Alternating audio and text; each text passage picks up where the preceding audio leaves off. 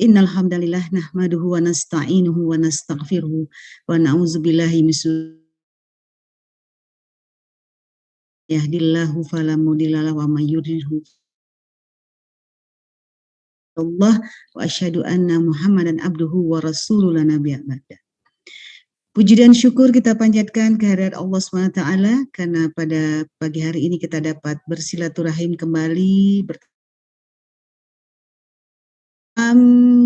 kajian Majelis Muslimah Andalusia yang pada kesempatan kali ini kembali diadakan secara online karena situasi dan kondisi yang tidak memungkinkan untuk dilaksanakan secara offline.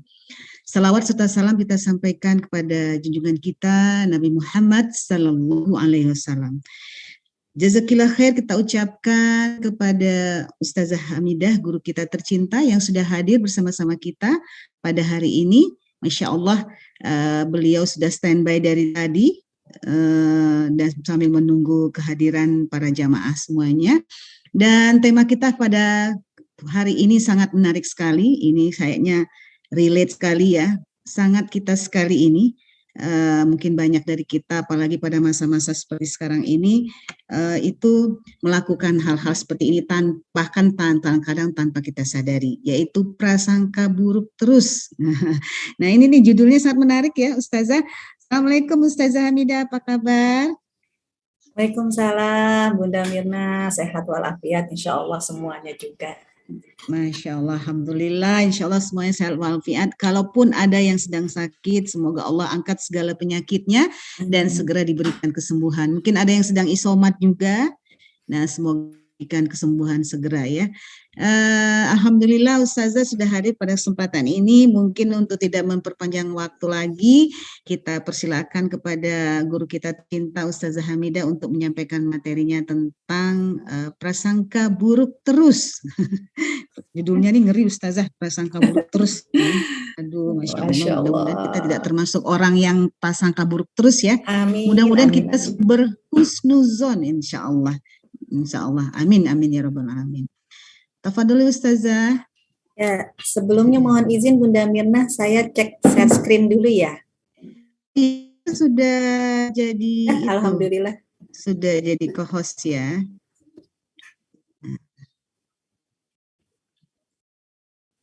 Apakah sudah nampak Bunda Mirna dan Ibu semua? Alhamdulillah. Sudah, Ustazah. Alhamdulillah. Ya. Bismillahirrahmanirrahim. Rabbi syrahli sadri wa yassirli amri wahlul 'uqdatam min lisani yafqahu qawli. Assalamualaikum warahmatullahi wabarakatuh. Waalaikumsalam warahmatullahi wabarakatuh. Alhamdulillahi rabbil alamin wa bihi nasta'in wa salatu wassalamu ala asyrafil anbiya'i wal mursalin wa ala alihi wa ashabihi ila yaumiddin amma ba'du. Asyhadu an la ilaha illallah wahdahu la syarikalah wa asyhadu anna Muhammadan abduhu wa rasuluhu la nabiyya ba'dah. Allahumma salli ala Muhammad wa ala ali Muhammad fil alamina innaka Hamidum Majid. Bunda Mirna juga seluruh ya jamaah dari MMA dan juga ya dari Masjid Andalusia yang dirahmati oleh Allah Subhanahu wa taala.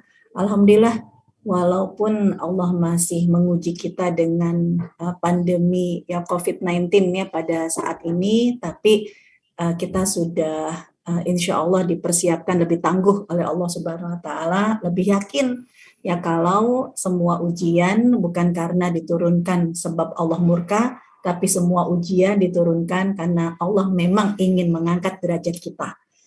Dan dibuktikan ya alhamdulillah walaupun dengan COVID yang berlanjut, tapi semangat dalam majelis ilmu walaupun dengan virtual tidak mengurangi semangat kita dan juga keinginan kita.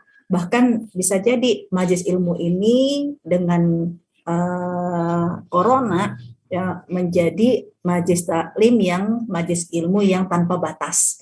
Ya dengan link Zoom ya bisa dimanfaatkan, bisa menjadi ajang silaturahim, duduk bersama-sama dari lintas daerah, bahkan lintas negara, dan bahkan juga lintas benua. Ini adalah anugerah dari Allah Subhanahu wa taala. Namun tetaplah ya setiap proses kehidupan manusia itu imannya kan naik dan turun. Apalagi kalau dilihat dari hadisnya Rasulullah SAW, kualitas hati itu kan sangat penting ya, karena ala fil jasadi mudghah. Ketahuilah di dalam tubuh manusia ada segumpal daging. Idza saluhat, ya, kalau segumpal daging ini baik, maka saluhal jasadu kullu, akan baik semua tubuh manusia itu. Tapi kalau yang satu ini rusak, akan hancur dan akan buruk ya semua tubuhnya sebuah manusia itu. Ala wahya al-qalb, itulah jantung hati. Nah, karena madrasah kalbu, ya, kita ingin menjadikan hati kita hati yang benar-benar baik, yang akan mengantarkan kita menjadi pribadi yang baik. Allah Subhanahu wa taala baik sekali sama kita, yaitu beberapa penyakit-penyakit hati, ya, ini disebutkan secara jelas di dalam Al-Qur'an maupun dalam hadis Nabi, agar kita bisa mengedukasi hati kita dan juga menata hati-hati kita. Ya, seperti bulan lalu ya kita belajar tentang bagaimana hati ini suka bete ya, mager ya, malas bergerak. Ini kan bulan lalu diselenggarakan di offline ya di Masjid Andalusia. Nah, hari ini ada juga penyakit hati yang bisa terkena ya penyakit prasangka buruk atau suudzon. Walaupun materi ini kayaknya berat banget, serem banget, tapi saya mencoba kalau ibu-ibu ya jamaah lihat ya, filenya saya buat semenarik mungkin, itu dengan gambar donat, gambar balon, ya, gambar bunga-bunga, ya, karena bagaimanakah nanti hati ini menjadi gelap atau hati ini munawwarin, penuh dengan cahaya, semua tergantung kita lah ya pemiliknya. Namun kita akan belajar terlebih dahulu, sesungguhnya prasangka buruk itu sudah ada sebelum manusia itu ada di bumi. Jadi tragedi prasangka buruk sudah pernah terjadi, bahkan antara Allah Subhanahu wa taala ya dengan malaikat ya, para malaikat sudah sempat ya melakukan hal-hal yang sifatnya prasangka buruk. Ya, dan itu sudah pernah kita baca ya, kita pelajari ketika dialog antara Allah dengan para malaikat pada saat Allah ingin menjadikan manusia sebagai khalifah di muka bumi. Apa yang terjadi dengan para malaikat? Malaikat sudah memvonis dengan prasangka buruk ya kepada manusia ya, dengan mengatakan ketika Allah berfirman, a'udzubillahi minasyaitonirrajim, wa idz qala rabbuka lil malaikah, ketika Allah berfirman kepada para malaikat, inni ja'ilun fil ardi khalifah, saya akan menjadikan di khalifah ini di muka bumi ini manusia menjadi khalifah. Lalu apa kata para malaikat?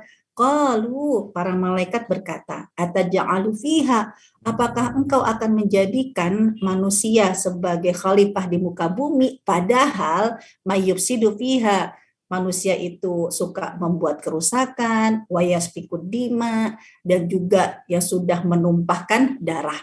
Ya, sedangkan wa nahnu nusabbihu bihamdik, kan kami ini sudah senantiasa bertasbih kepadamu, memuji kamu, wanuqaddisulak, dan juga mensucikan kamu. Kenapa kalau yang dijadikan khalifah di muka bumi justru adalah manusia yang suka berbuat kerusakan?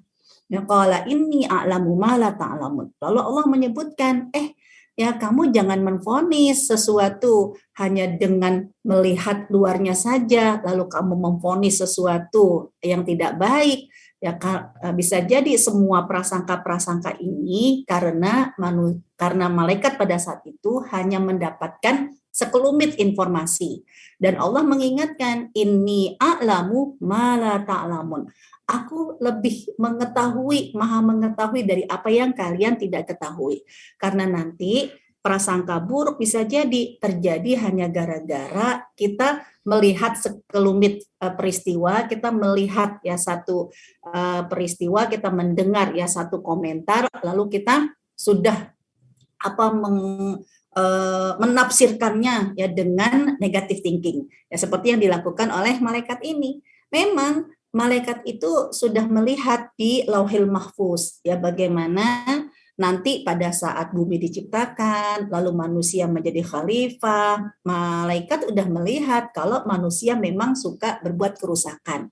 Tapi jangan menyimpulkan sendiri, karena sesungguhnya apa yang kamu lihat dengan panca indera kamu belum tentu itulah kenyataan yang terjadi. Sehingga Allah pun menegur para malaikat ya, karena Allah lebih mengetahui segala yang tersembunyi ya, yang tidak diketahui oleh para malaikat. Nah, ini yang mengingatkan kita bahwa memang prasangka itu bisa menjadi sesuatu hal yang buruk. Ya, tidak hanya kita sebagai pribadi yang bisa rusak akhlak kita, bisa rusak pemikiran kita, bahkan prasangka buruk itu ya bisa merusak sebuah keluarga dan bisa menghancurkan ya sebuah masyarakat gara-gara prasangka buruk. Nah, kemudian sampai akhirnya Allah ketika mengajarkan manusia di muka bumi, memang sih tidak semua prasangka-prasangka itu buruk, ada husnuzon, ada suuzon. Ada prasangka baik, ada prasangka buruk. Ya, ketika Allah Subhanahu wa taala menurunkan surat Al-Hujurat ayat yang ke-12. Ketika itu Allah mengingatkan kita, a'udzubillahi minasyaitonirrajim, ya ayyuhalladzina amanu, hai orang-orang yang beriman, kalau kamu memang mengaku orang yang beriman, berarti kamu siap untuk mengamalkan apa yang ada di dalam ayat ini. Ya sami'na wa ata'na. Apa itu perintah yang Allah inginkan dalam surat Al-Hujurat? Ijtanibu, ayo kamu mah harus benar-benar berjuang untuk menjauh katsiran minadh-dhon, ya. Benar-benar kamu harus menjauh dari prasangka. Inna ba'dadh-dhanni, memang disebut oleh Allah hanya sebagian. Ya sesungguhnya sebagian prasangka itu adalah itsm, dosa. Sebagian yang lain tidak dosa. Ya, ada prasangka yang baik, ada prasangka yang buruk. Namun Allah mengingatkan ya sebagian yang mendatangkan dosa ini warning. Itu nanti nggak hanya dosa berhenti sampai di situ saja. Kalau prasangkanya yang mendatangkan dosa, berarti prasangka buruk, biasanya nih ya nggak akan berhenti sampai di situ. Dia akan meningkat ya melakukan perbuatan-perbuatan dosa yang lain. Nggak hanya dosa ya terhadap dirinya sendiri, bisa jadi nanti meningkat dosa menyakiti orang lain. Kenapa? Karena gara-gara prasangka yang sudah prasangka buruk, akhirnya wala tajassasu, kamu akan mencari-cari berita. Nah, ini udah satu paket itu. Kalau kita udah ada suuzon sama orang, kok dia begini ya, kok dia begitu ya, agar kita ingin memastikan kalau prasangka kita itu benar, ya prasangka kita itu tidak salah, nah, bisa jadi kan akhirnya kita akan tajasus, nyari-nyari berita, ya, investigasi, agar mendapatkan data yang akurat dan terpercaya. Nah, maka disebut oleh Allah, jangan ya kamu mendekati prasangka yang dosa. Karena kalau kamu sudah prasangka yang dosa, prasangka yang buruk, nah kamu akan meningkat tuh, akan investigasi untuk meyakinkan orang lain kalau prasangka kita benar terjadi, benar keadaannya. Ya enggak cuma prasangka saja, tapi benar-benar real, ya sesuai dengan realita. Akhirnya tajasus, nyari-nyari berita. Setelah kita dapat berita akurat dan terpercaya, dosa yang berikutnya apa? Nggak mungkin ya kita menikmati informasi itu sendiri. Ya bisa jadi nanti meningkat menjadi walayak tabakdukum ba'do, akan gibah, akan gunjing. Nah ini yang diingatkan oleh Allah, kalau udah menggunjing, menggibah, berarti kan bisa jadi menyakiti orang lain. Yang awalnya prasangka itu adalah dosa personal, dosa kita, ya hati kita itu jadi kotor, tapi gara-gara ya kita nggak puas dengan prasangka aja, kita akan membuktikan prasangka kita bahwa ini sesuai dengan fakta dan data, investigasilah kita sampai akhirnya menemukan berita, informasi yang akurat dan terpercaya, dan nggak ditelan sendiri. ya maka kita akan menyampaikan kepada orang lain. Nah, Allah Subhanahu wa taala benar-benar menginginkan agar manusia itu berhati-hati sekali. Sebab gara-gara prasangka kamu bisa menghancurkan sebuah masyarakat.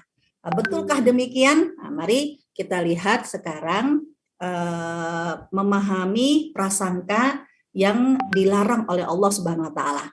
Namun, saya ingin mengingatkan dulu kepada ibu-ibu dan jamaah semua, kalau ada yang bertanya, kan nggak semua prasangka itu benar, nggak semua prasangka itu salah, kan ada juga prasangka yang baik, namanya husnuzon, dan juga ada suuzon. Betul. Kenapa demikian? Karena Al-Quran menggunakan kata dhon, praduga, prasangka itu di 3 makna yang berbeda, ya, di 3 kondisi yang berbeda. Yang pertama, ya dalam surat Fatir, surat 45, ya di ayat yang Fatir 45 itu surat ya Allah, surat 45 itu surat Az-Zukhruf ya. Ya, surat Az-Zukhruf di surat 45, ya Allah Subhanahu wa taala, saya cek bentar, Al-Jasiyah, mohon maaf. Ya dalam surat 45, ya surat Al-Jasiyah di ayat yang ke-32, Allah Subhanahu wa taala ya sudah menyebutkan bahwa prasangka di sini di ayat surat Al-Jasiyah bisa jadi belum tentu itu baik. Jadi masih 50-50. Prasangka itu yang baik atau prasangka itu yang buruk, karena prasangka di sini adalah dilema seseorang antara yakin dengan ragu. Nah, ini ketika Allah menyebutkan kata dhon, ya, wa idza qila inna wa'dallahi haqq, apabila dikatakan kepada kalian kalau janji Allah itu pasti benar, wasa'ah la raiba fiha, kiamat itu tidak diragukan lagi. Tapi bisa jadi ada di antara manusia yang kultum, yang mereka mengatakan, mana dari kami belum bisa menemukan keyakinan, ya masa apa itu hari kiamat. Nah, ini kan dialog ketika Rasulullah SAW berdakwah pertama kali kepada orang-orang kafir Quraisy Mekah, yang mereka memang belum pernah tahu tentang hari kiamat, karena tidak ada nabi yang diturunkan pada saat itu sebelumnya, tidak ada kitab suci yang diwarisi oleh nabi-nabi sebelumnya. Ketika Rasulullah pertama kali menyerukan tentang Allah, tentang hari kiamat, ya banyak di antara orang-orang kafir Quraisy awalnya manadri masa'a, ya mereka belum yakin, ya seperti Hamzah bin Abdul Muthalib kan nggak langsung beriman, ya dia masih bimbang, ya Khalid bin Walid ya juga belum langsung menerima dan menolak, tapi masih bimbang, ya karena la nadri, kami belum paham masa apa itu sa'ah. Intadunnu, ya intadunnu, ya sesungguhnya mereka itu dalam keadaan dhon, ya dalam keadaan masih praduga, ya antara yakin ataupun ragu. Jadi ada kalanya prasangka yang seperti ini adalah prasangka yang belum memvonis ya benar atau salah, tapi masih ngeblank, masih bimbang, benar apa enggak ya, benar apa enggak ya. Nah, ini yang diucapkan oleh Allah ya di surat Al-Jasiyah ayat ke-32. Beda lagi ya ketika Allah menyebutkan dalam surat Al-Baqarah ayat yang ke-46. Berarti prasangka di ayat ini ada kalanya prasangkanya memang sudah hakul yakin. Jadi udah vonis tentang kebenaran. Ya, jadi prasangkanya sudah dengan prasangka keyakinan akan kebaikan dari peristiwa yang Allah tampilkan kepada mereka. Yaitu surat Al-Baqarah ayat 46. Ya, ketika Allah mengatakan kepada orang beriman, alladzina yadhunnuna, ya mereka orang-orang beriman yang punya praduga. Nah, praduganya itu udah praduga yang baik. Annahum, kalau mereka orang-orang beriman, mulaku rabbihim, pasti akan bertemu dengan Tuhannya. Jadi positive thinking, husnuzon, ya bahwa pasti ya hari kiamat itu ada dan kita akan bertemu dengan Allah Subhanahu wa taala. Ya karena wa annahum ilaihi raji'un. Semua orang pasti akan kembali kepada Allah Subhanahu wa taala. Dzon di ayat ini berarti prasangka yang baik. Kemudian ada juga dalam surat Al-Baqarah ayat yang ke-156. Nah, ini sudah langsung menyatakan ya prasangka yang buruk ya kepada Allah Subhanahu wa taala, bahwa mereka menyangka, jadi mereka udah praduga yang buruk ya, suuzon ya, bahwa tidak benar terhadap Allah Subhanahu wa taala dengan prasangka yang buruk ya, dengan suuzon. Jadi di dalam Al-Qur'an yang kenapa Allah sebutkan inna ba'dadhonni ismun, tidak semua prasangka itu dosa, karena prasangka ada yang masih ngeblank ya, itu surat Al-Jasiyah, orang masih belum yakin ya, masih ragu-ragu benar atau enggak ya, benar atau enggak. Nah, ada yang prasangkanya itu husnuzon ya, prasangka yang baik, ada prasangka yang buruk. Namun hari ini ya izinkan kita akan lebih membahas tentang prasangka yang buruk. Ya, karena prasangka buruk ini yang diwanti-wanti sama Allah Subhanahu wa taala, jangan sampai ya tersirat di dalam hati kamu. Karena nanti kamu bisa kejebak ya melakukan dosa ganda ya, dosa-dosa yang berikutnya. Nah, bedakan sekarang antara prasangka buruk dengan kewaspadaan. Karena banyak juga kasus yang membingungkan. Ustazah, kalau misalnya kita di kereta nih, yang campur laki perempuan, terus ada yang udah kasak kusuk, kita udah merasa nggak nyaman, kita udah menganggap nih ada yang nggak beres sama orang itu prasangka buruk atau waspada? Kadang kita juga suka bimbang dengan hal seperti itu. Misalnya kita melihat, loh kok itu ada orang di depan rumah kita, ini kan gelap malam, tapi kok dia duduk-duduk baca koran, kayaknya kan nggak mungkin baca koran kok di gelap-gelapan kan gitu kan. Nah, itu kita curiga kalau jangan-jangan dia adalah sedang mengamati rumah, ya dia perampok. Ini suuzon atau waspada? Ya, kan kalau kita semuanya harus husnuzon sama orang, husnuzon dia begini, nanti hilang dong kewaspadaannya. Ya baru nyesel, ya Allah. Ya, karena itu ada kasus di tetangga saya. Ya, kita mah husnuzon aja ya sama orang, maksudnya nggak praduga. Ya pasti pikir-pikir, iya yang kan nggak mungkin orang di depan pagar rumahnya ya dengan motor ya sambil baca koran, kan kalau dipikir-pikir ya nggak logika ya, orang malam-malam kok baca koran kan begitu. Begitu sadar ya, begitu pagi harinya udah raib ya beberapa barang. Nah, itu kan berarti gara-gara kita nggak boleh suuzon, akhirnya kita hilang dong kewaspadaan, baru nyesel kan gitu. Nah, ayo sekarang kita bedakan antara suuzon dengan kewaspadaan. Yaitu apa? Yang namanya suuzon, lidhonni, yang namanya suuzon itu bisa jadi ya sudah mailun nafsi ila ahadin muta'aqidain. Jadi suuzon itu karena hati kita sudah memvonis ya itu kecenderungannya buruk.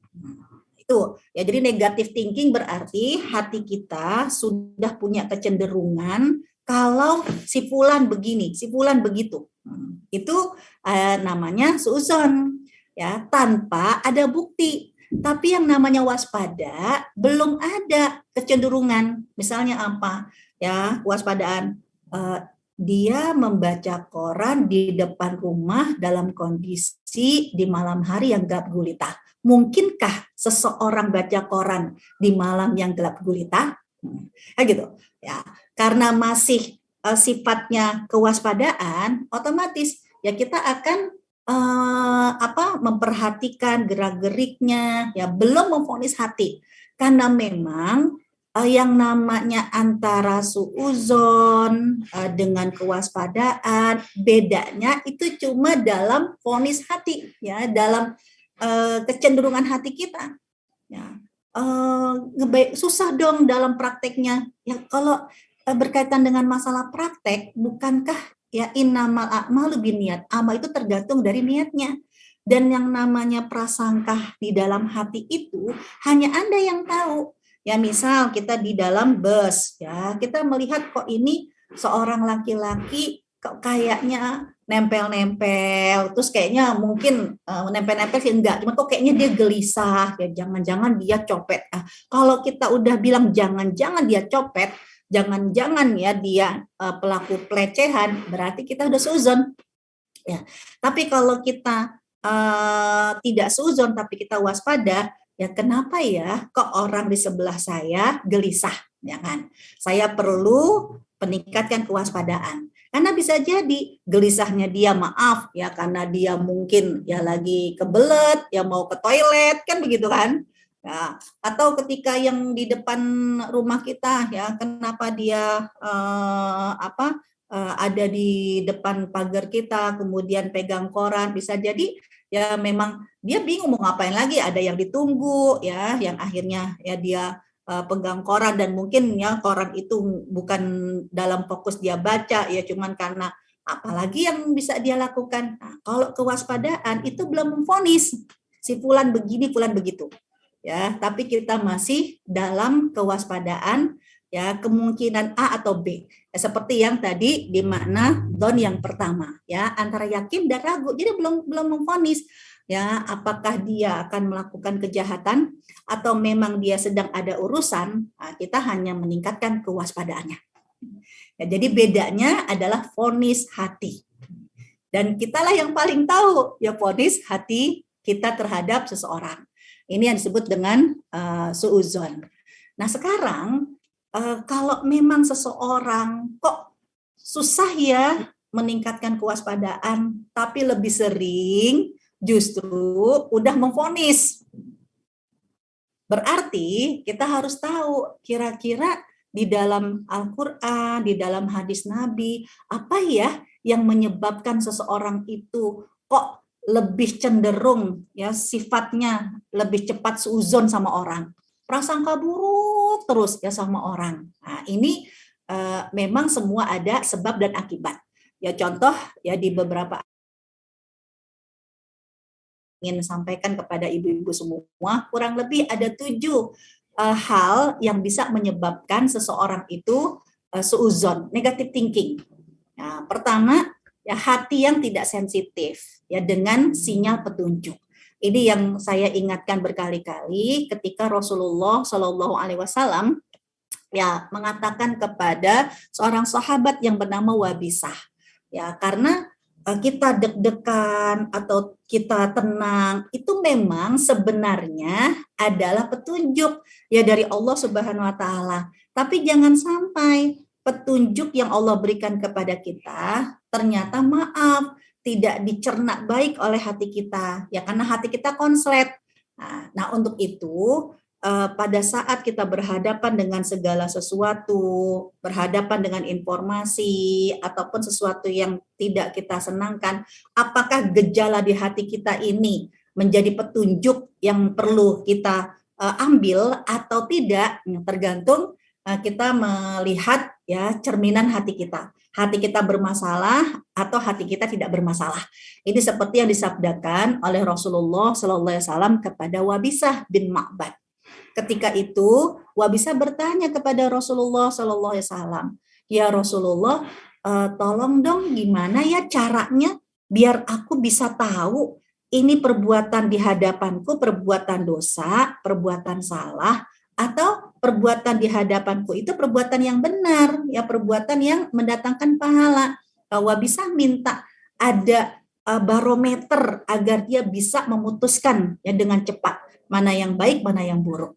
Ternyata Rasulullah SAW tidak menyuruh Wabisah, kan ada ayat Quran, kan ada para ulama, tanyakan kepada para ulama. Enggak, justru ya Wabisah diminta oleh Rasulullah SAW, mintalah fatwa kepada hatimu.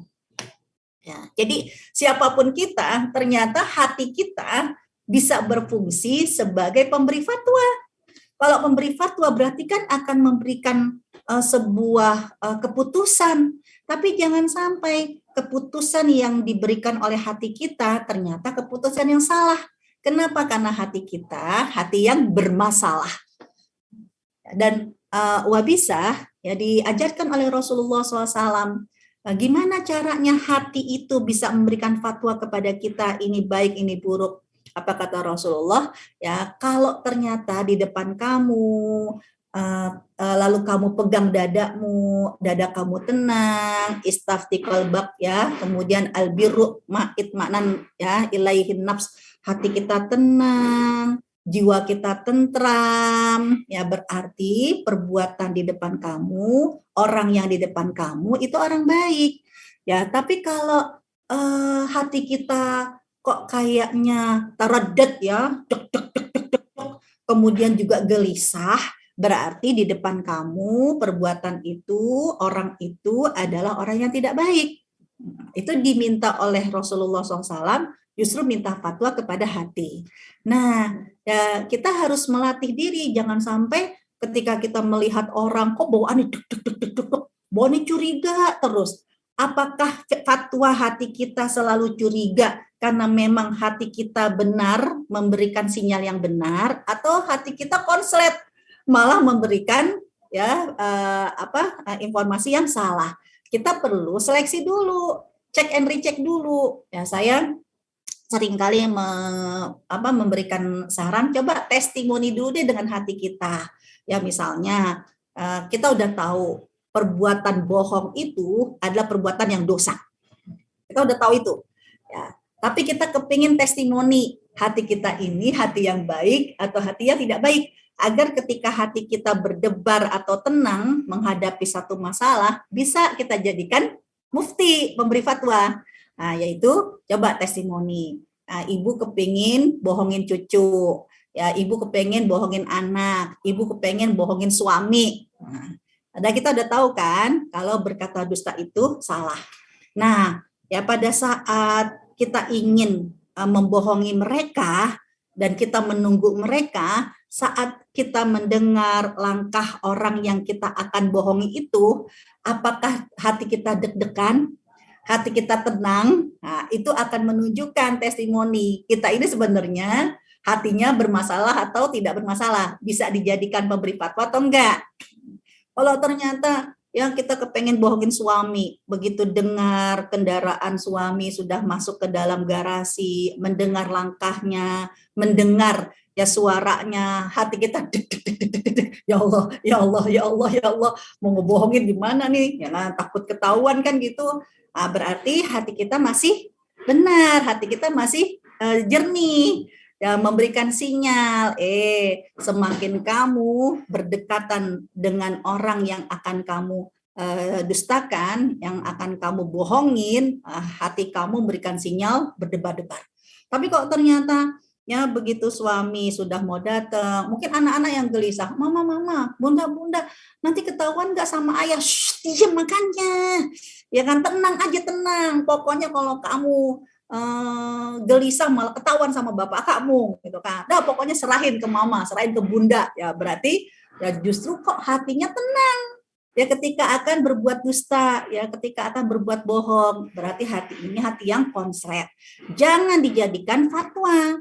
Jadi kalau kita di kendaraan kok ngelihat orang kayaknya deg-deg, wow, hati gue ngasih tahu nih, ini orang kayaknya nggak bener, orang ini nggak beres. Ya tidak bisa diberikan fatwa. Tapi kalau hari-hari kita selalu menjaga hati kita selalu menjaga halal yang haram, nah bisa jadi suatu saat ya kita mau berjalan di satu tempat, berjalan di satu lorong, kok dek dek dek dek dek, kok nggak nyaman ya, kok kayaknya gelisah ya. Apa kata Rasulullah ya? Dak mayari buka, tinggalkan yang membuat kamu ragu. Jangan kamu kerjakan. Ya, bukan berarti kok kayaknya terlalu seuzon ya, terlalu negatif thinking. Enggak. Ya, kalau memang kita sudah terbiasa ya dengan menjaga kebaikan hati kita, maka pada saat ya kita berhadapan dengan sesuatu, Allah akan melindungi kita dengan apa? Dengan sinyal di dalam hati kita. Ya, jangan jangan lewat jalan itu, ya jangan naik kendaraan itu, ya jangan masuk ke tempat itu. Nah, itu kalau hati kita berdebar, deg-deg berarti Allah langsung memberikan instruksi kepada hati kita. Nah, ini untuk orang yang beriman. Tapi mereka yang suka negative thinking, yang suka suuzon, yang bawaannya curiga mulu, ya bisa jadi karena hatinya udah konslet. Ya ngelihat orang, ya kok kayaknya dia tumben nih senyum-senyum aja, ya contoh yang diajarin sama film-film. Ya ibu, kalau ternyata kita melihat suami kita tiba-tiba baik, ngebawain ini, ngebeliin itu, siap-siap curiga, ya kan begitu kan. Lah kok ya diajarinnya kayak begitu? Iya ustazah, kalau tiba-tiba suami baik sama kita, justru kita harusnya curiga. Itu yang ngajarin siapa? Yang ngajarin ya sinetron kan begitu kan. Karena suami itu biasanya berbuat baik ya untuk menutupi keburukannya, untuk menutupi kesalahannya. Ini berarti hati kita sudah hati yang sudah konslet, terbiasa yang melakukan hal-hal yang buruk. Kemudian apalagi yang kedua yang menyebabkan seseorang itu jatuh kepada negative thinking. Nah ini ya dia tidak membiasakan standar informasi itu yang akurat. Ya, tapi hanya berdasarkan katanya. Oh katanya begini loh, oh katanya begitu loh. Nah ini bahaya sekali. Ya sampai di dalam hadis Rasulullah SAW, apa kata Rasulullah SAW? Ya, kepada seorang sahabat ya Samitun Nabi, sahabat ini mendengar Al-Mughirah ya bin Syu'bah ini kalau Rasulullah SAW bersabda, innallaha karihalakum talatan. Allah itu nggak suka banget kepada kalian 3 perkara. Nah, yang pertama apa? Ya qila waqal. Kalian itu ya suka menyampaikan informasi berdasarkan dari apa katanya. Katanya Ustadz begini, ya katanya Ustazah begini, nggak boleh katanya. Ya, katanya dia begini, katanya dia begitu, itu nggak boleh. Ya, tapi harus berdasarkan saya dengar, saya lihat. Karena kalau berdasarkan katanya, kita bisa terjebak informasi yang tidak akurat, membuat kita jadi negative thinking. Katanya dia begitu loh sama kamu. Katanya, nah ini kan akhirnya kita terpengaruh dengan informasi katanya. Wa idha'atil mal, ya orang yang suka menghambur-hamburkan uang, wa kasratus soal, orang yang suka banyak nanya.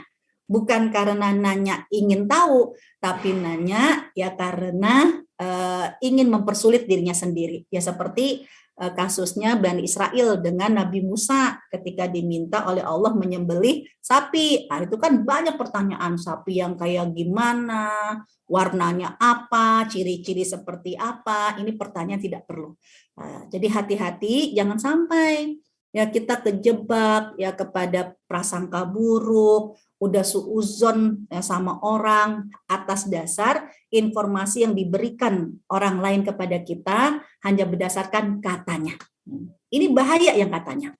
Jangankan yang katanya, ada lagi ya. Kalau negative thinking ada kalanya nih kita mendapatkan informasi ya memang apa yang kita lihat, apa yang kita dengar, tapi maaf, dia terbiasa responnya negatif dan terbiasa menyimpulkan apa yang dia dengar, menyimpulkan apa yang dia lihat dengan persepsi sendiri. Jadi yang katanya aja bahaya ya. Nah, yang ini pun juga bahaya. Ini kisahnya ada dalam surat Al-Hujurat ayat ke-6. Ya, ketika Rasulullah SAW menyuruh seorang sahabat untuk mengambil zakat ya dari satu kabilah.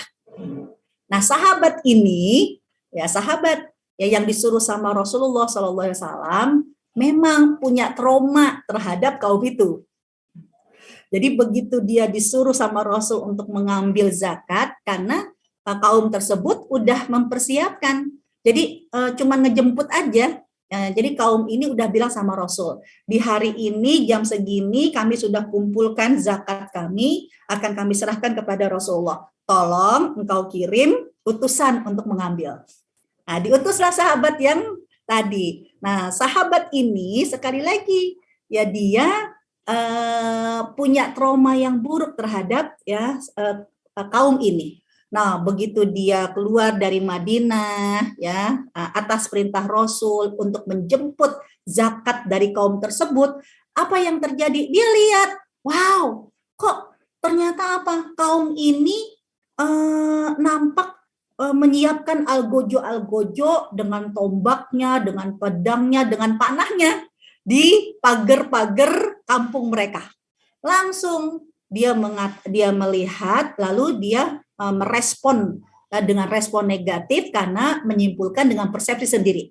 Jangan-jangan ini kaum bukannya mau nyerahin zakat, tapi mau membantai dia, ya, karena sekali lagi latar belakangnya sahabat ini pernah punya trauma. Udah deh, begitu dia melihat kasus kayak begini nih, waduh, Rasul nyuruh aku ngambil zakat, tapi ternyata ya begitu dilihat ini kaum kok malah menyiapkan algojo dengan tombak, pedang. Jangan-jangan kalau saya paksa masuk, bisa saya dibantai sama orang tersebut. Pulanglah dia ke Rasulullah SAW dengan mengatakan, iya Rasulullah, ya mereka tidak ingin menyerahkan zakatnya kepadaku. Mereka justru sudah mempersiapkan pasukan untuk membantaiku. Nah, Rasulullah SAW langsung percaya dengan sahabat ini. Karena sahabat ini melihat dengan mata kepalanya. Saya melihat dengan mata kepala saya sendiri. Mereka justru menyiapkan algojo mereka ya untuk menghadang aku dan untuk membunuh aku karena mereka masih punya dendam dengan aku. Udah Rasul percaya, nyaris terjadi pertikaian. Nyaris Rasul akan mengirim pasukan ke kaum tersebut. Ternyata apa yang terjadi? Kaum tersebut sengaja menyiapkan pasukan panah, pasukan tombak, pasukan pedang karena ingin memberikan perlindungan. Ya, kalau zakat yang sudah mereka kumpulkan jangan sampai dirampok ya sama orang-orang kafir, jangan sampai dirampok sama orang-orang Yahudi.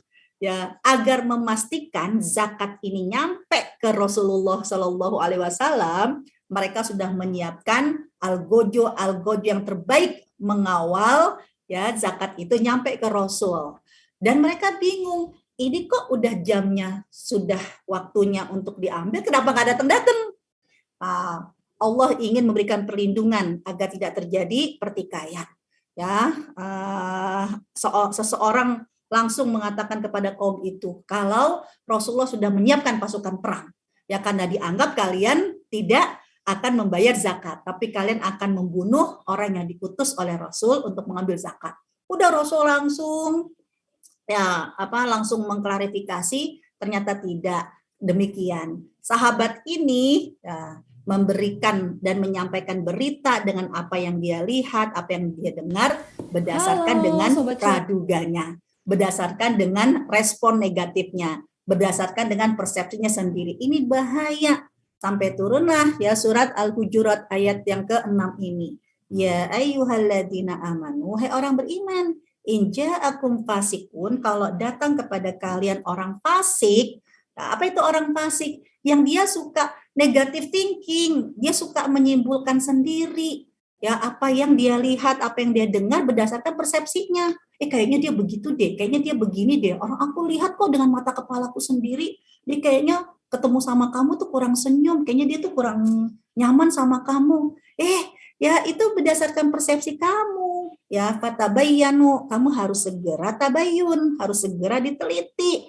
Jangan sampai kalau kamu tidak teliti, intusibu qauman bijahalatin fatusbihu ala ma fa'altum nadimin. Kamu nanti akan nyesel kemudian. Ya, akhirnya terjadi pertikaian.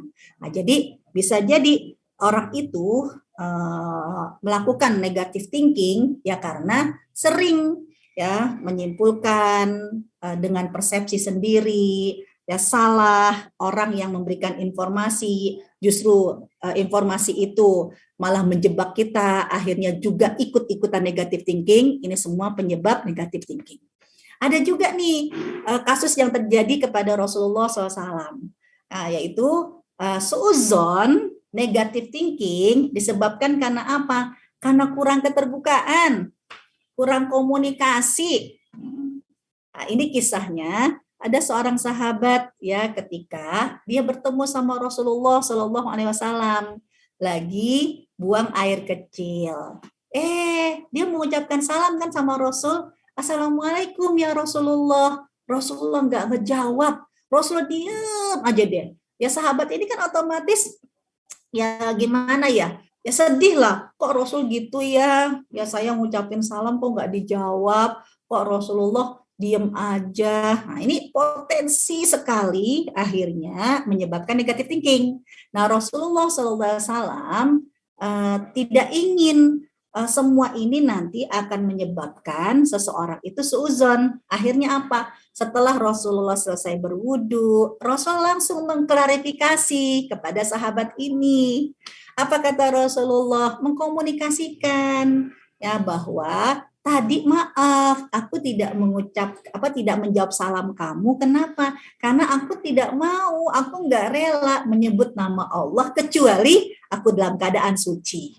Nah, jadi perlu nih ya, terutama di dalam komunikasi suami istri. Ya jangan biarkan ya suami-suami suudzon ya karena kurang keterbukaan dengan istrinya. Dan istri-istri juga selalu suudzon karena kurang keterbukaan, kurang komunikasi dengan suaminya. Ini gimana sih? Kayaknya di grup ya aktif, ya di medsos update status. Nah, tapi giliran aku japri, jangan dibuka-buka.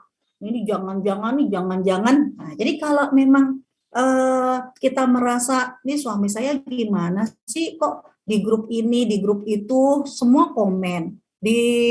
Mungkin tapi saya japri dari pagi, dibuka-buka.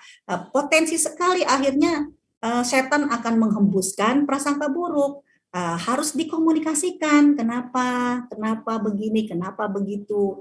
Ya karena sebab kurang keterbukaan, sebab kurang komunikasi bisa menimbulkan negative thinking. Nah, itu dijelaskan oleh Rasulullah SAW. Ketika sahabat tadi responnya nggak enak, wajahnya juga sedih. Kok Rasulullah jelas-jelas kok denger loh saya ngucapin salam, tapi kok beliau tidak menjawabnya. Nah, Rasulullah baru deh kemudian mengkomunikasikan dan mengklarifikasikan.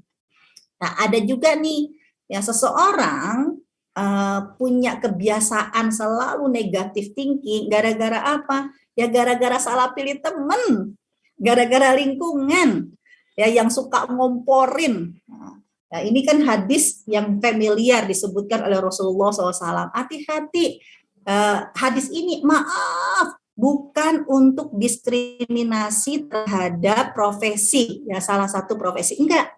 Tapi hadis ini untuk memberikan gambaran bagaimana aura positif atau aura negatif seorang teman itu benar-benar mempengaruhinya. Seperti minyak wangi, ya seorang teman kita jika dia penjual minyak wangi, walaupun kita nggak beli, tapi kan minyak wangi dia punya energi kuat untuk menyebarkan, menularkan aroma wangi. Ya, dan juga ya hati-hati dengan teman yang teman kita yang tukang besi, karena yang namanya pandai besi ini kan dekat dengan api. Kalaupun kita nggak kena api, paling enggak aura panas ya itu akan membuat kita pun terkena. Ya jangan sampai gara-gara kita punya teman yang seperti maaf ya tukang ngomporin, tukang provokasi, kita pun ikut panasnya. Ya, jadi sekali lagi bukan untuk mendiskriminasi terhadap salah satu profesi, tapi mengibaratkan antara aroma mewangian dengan provokator yang suka ngomporin. Ya, bahkan ada kalanya nih, gara-gara salah memilih saf teman pada saat sholat atau salah memilih saf tempat duduk ketika kita dalam majelis ilmu, tanpa kita sadari kita kena pengaruh negative thinking. Ya, misalnya ya kita lagi sholat, sholat sunnah. Yang sebelah kita itu lagi ngobrol, ya, dan ngobrolnya mungkin ngobrol dalam menggunjing. Ya, walaupun kita lagi sholat, ya, tapi kan yang namanya orang sholat, maaf, kuping itu pasti denger. Ya, itu orang lagi cerita apa kan denger. Ya, dan begitu saya salam, ada kali kan kita negur orang itu, kamu tadi cerita orang kenceng-kenceng banget, jadinya orang lagi sholat denger deh. Nah, bisa jadi kan yang disalahin bukan mereka yang sedang bergunjing, sedang bergibah, bisa jadi kan mereka nyalain kita. Lagi udah tahu lagi sholat agak khusyuk kan gitu kan. Ya, yang namanya orang sholat itu sekhusyuk-khusyuknya orang sholat, tapi kan telinga mendengar. Nah, jadi karena kita salah memilih lingkungan. Juga waktu kita membahas tentang suuzon bisa berakibat kepada gunjing. Nah, itu pernah terjadi di zaman Rasulullah Shallallahu Alaihi Wasallam. Hati-hati sekali dengan lingkungan. Ya, gara-gara dia salah milih teman waktu duduk di posisi majelis ilmu menyebabkan ikut dosa, ya, bahkan gugur pahala puasanya. Ya, itu kan ceritanya di bulan Ramadan ketika Rasulullah SAW dalam majelis ilmu tiba-tiba kedatangan seorang sahabat yang mengadu dua wanita, ya, yang sedang sekarat. Ya, jadi wanita itu sekarat, ya, kayak udah mau mati. Wajar dong sahabat ini karena ini bulan Ramadan meminta dispensasi kepada Rasulullah SAW agar dua wanita yang nampak sedang sekarat ini untuk diberikan dispensasi boleh membatalkan puasanya. Ya, manusiawi lah. Ya, orang lagi puasa tiba-tiba kok kayaknya sekarat, udahlah ya biar di dispensasi boleh membatalkan puasa Ramadannya untuk membayar qadha. Tapi apa yang terjadi ibu-ibu kalau yang ingat hadisnya? Rasulullah bukan menyuruh para sahabat memberikan minuman hangat ya kepada dua orang ini, tapi justru Rasulullah SAW menyuruh kepada para sahabat untuk memberikan kepada dua wanita ini baskom kosong. Untuk apa? Ya, begitu diserahkan kepada masing-masing, apa kata Rasulullah kepada dua wanita ini? Muntahkanlah. Wah, langsung. Ya, ketika Rasul menyuruh untuk muntahkan, dua wanita itu langsung keluar muntahnya. Apa isi muntahannya? Isi muntahannya itu potongan daging, darah, dan nanah. Coba, kalau isi perut udah sampai di tenggorokan itu berasa anyirnya darah, busuknya daging dengan nanah, ya wajar lah. Ya udah enak gitu kan. Nah, begitu keluar seperti itu, apa kata Rasulullah? Padahal dalam majlis ilmunya Rasul. Tapi dua wanita ini bersalah gara-gara apa? Salah pilih teman. Ya duduknya ya di kanan kiri yang sedang bergunjing. Akhirnya ya dia pun akhirnya ikut bergibah, ya ikut bergunjing.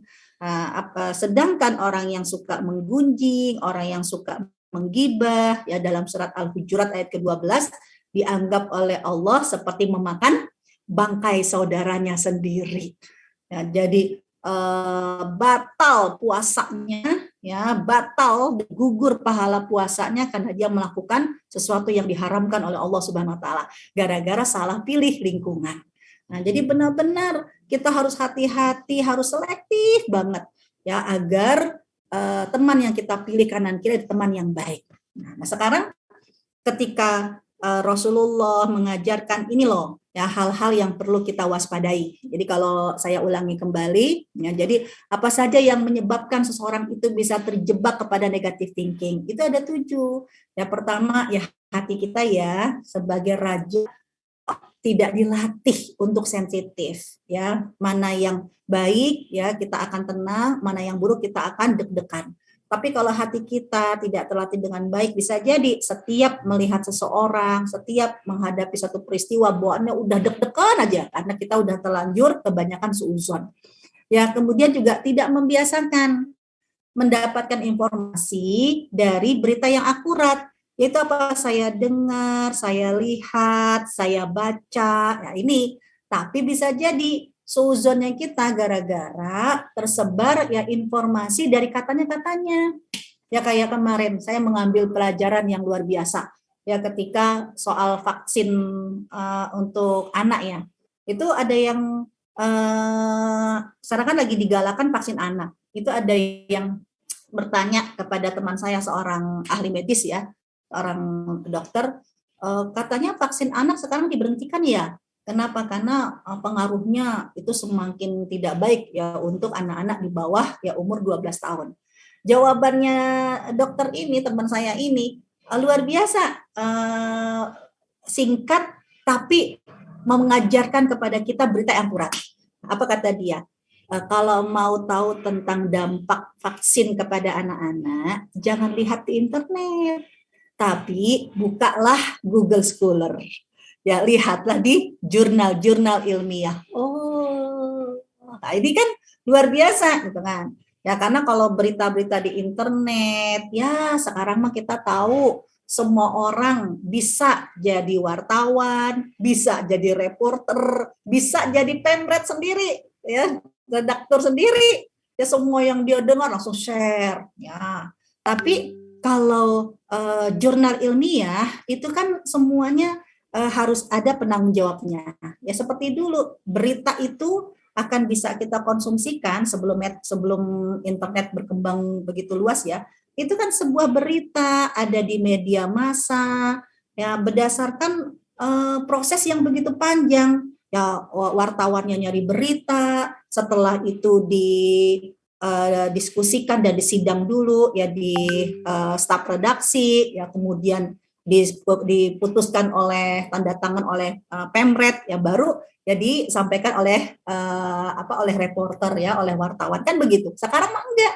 Jadi hati-hati jangan sampai kita kebiasaan negatif thinking gara-gara kita mendapatkan informasi dari orang yang biasa dengan katanya. Nah, itu di WA tuh biasanya kayak begitu. Atau ya kita dapat informasi dari orang yang memang menyaksikan langsung, mendengar langsung, tapi maaf, setiap yang dia dengar, setiap yang dia lihat, loh kok dia suka menyimpulkan dengan persepsinya sendiri. Nah, ini bahaya, ya bisa kejebak. Ya, atau seseorang itu bisa jadi selalu negatif thinking ya karena salah informan. Ya orangnya salah ngasih informasi. Nah, ini. Ya, atau yang kelima, yang kurang keterbukaan dalam komunikasi. Ya seperti tadi Rasulullah tidak mengucapkan salam, membuat sahabat sedih. Loh kok Rasulullah diem aja, padahal Rasul dengar loh tadi saya mengucapkan salam. Nah, jangan sampai dibiarkan begitu saja. Ya, Rasulullah pun akhirnya mengklarifikasi dengan keterbukaan dan komunikasi. Terus juga nih yang keenam, jangan suka deh yang menyamakan peristiwa yang terjadi dengan kita itu dengan menjadi pengalaman buruk untuk kita sampaikan kepada orang lain. Jadi menyamakan orang dan peristiwa dengan pengalaman buruk yang dialaminya. Oh kalau saya tuh dulu begini, kok saya tuh dulu begitu. Kan semua orang kan beda-beda. Jadi jangan dibiasakan negatif thinking seperti itu. Atau karena lingkungan, karena bacaan, karena tontonan, ini bisa menyebabkan negatif thinking. Nah sekarang kita lanjutkan dampaknya. Nah, Islam itu agama preventif. Jangan sampai gara-gara terbiasa dengan negatif thinking, itu dampaknya bahaya. Ya, nggak hanya untuk kita, tapi juga bisa mengakibatkan rusaknya silaturahim antara keluarga ataupun dengan masyarakat. Ini ada beberapa dampak yang disebabkan karena negative thinking. Kalau secara personal, orang yang selalu suuzon, otomatis hatinya sering gelisah, hatinya sering cemas. Ya setiap ini ya Allah, suaminya mau berangkat kerja, udah deg-deg ya Allah, cemas banget. Nanti gini, nanti begitu. Ya kamu biasa hatinya suuzon sih ya, jadi akhirnya menyebabkan hati kamu sering gelisah ya saat berintas sama orang lain, suuzon melulu ya, bawaannya jadi nggak percaya melulu sama orang. Kalau udah kayak begitu otomatis akan menguras energi baik di tubuh kita ya, juga akhirnya apa, sulit berteman karena bawaannya udah suuzon melulu ya, dia kayaknya begini-begini, kalau sama ini begini-begini ya. Kamu kenapa sulit berteman? Bukan karena teman-teman tidak mau berteman dengan kamu, karena kamu yang sudah membatasi hati kamu untuk open ya terhadap teman-teman, karena kamu udah terbiasa dengan negative thinking. Potensi dosa lanjutan seperti yang tadi dalam surat Al-Hujurat ayat ke-12 itu kalau di personal. Adapun kalau di lingkungan ini bahaya. masyarakat yang biasa dengan negative thinking, ngeri bisa mengakibatkan penyakit ain dan sihir, ya, karena tidak terbiasa saling melakukan doa pencegahan.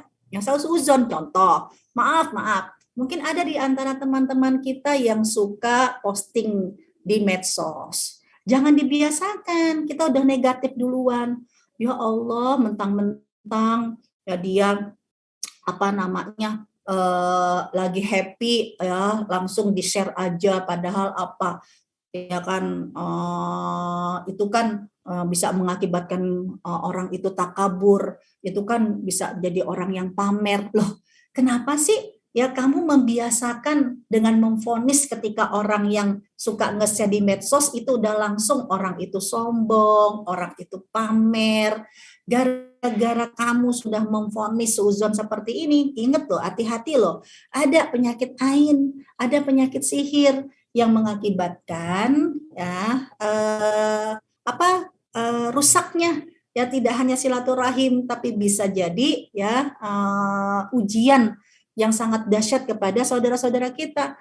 Ya, kalau memang kita tidak punya penyakit hati, tidak punya suuzon, ketika kita melihat teman-teman kita men-share di medsos dengan berbagai macam kenikmatan dia, lagi posting makan dia di mana, posting dia jalan-jalan di mana, posting dia lagi ngumpul di mana. Udah, ya, ayo latih diri kita tidak dengan negative thinking, yaitu apa? Dengan doa. Ya, doa barakallah. Nah, ini kan disebutkan oleh Rasulullah SAW. Ya, kalau yang teman-teman ingat bagaimana kasus penyakit ain. Ya, seorang sahabat Suhail langsung dari yang tadinya sehat walafiat, tubuhnya perkasa, ya, tapi gara-gara penyakit ain ya menyebabkan ya Suhail itu langsung sakit dan tubuhnya tak berdaya, hanya gara-gara di antara teman-temannya termasuk Abu Amr ketika melihat tubuhnya Suhail tidak mengucapkan doa barakallah. Nah, sekarang ayo agar kita terbiasa dengan hati yang yang positive thinking. Setiap kita melihat postingan saudara kita, jangan langsung menjudge dia sombong, menjudge dia pamer, menjudge dia begini dan begitu, tapi tunjukkan kemampuan kita dengan positive thinking, yaitu kita mendoakan dia dengan barakallah.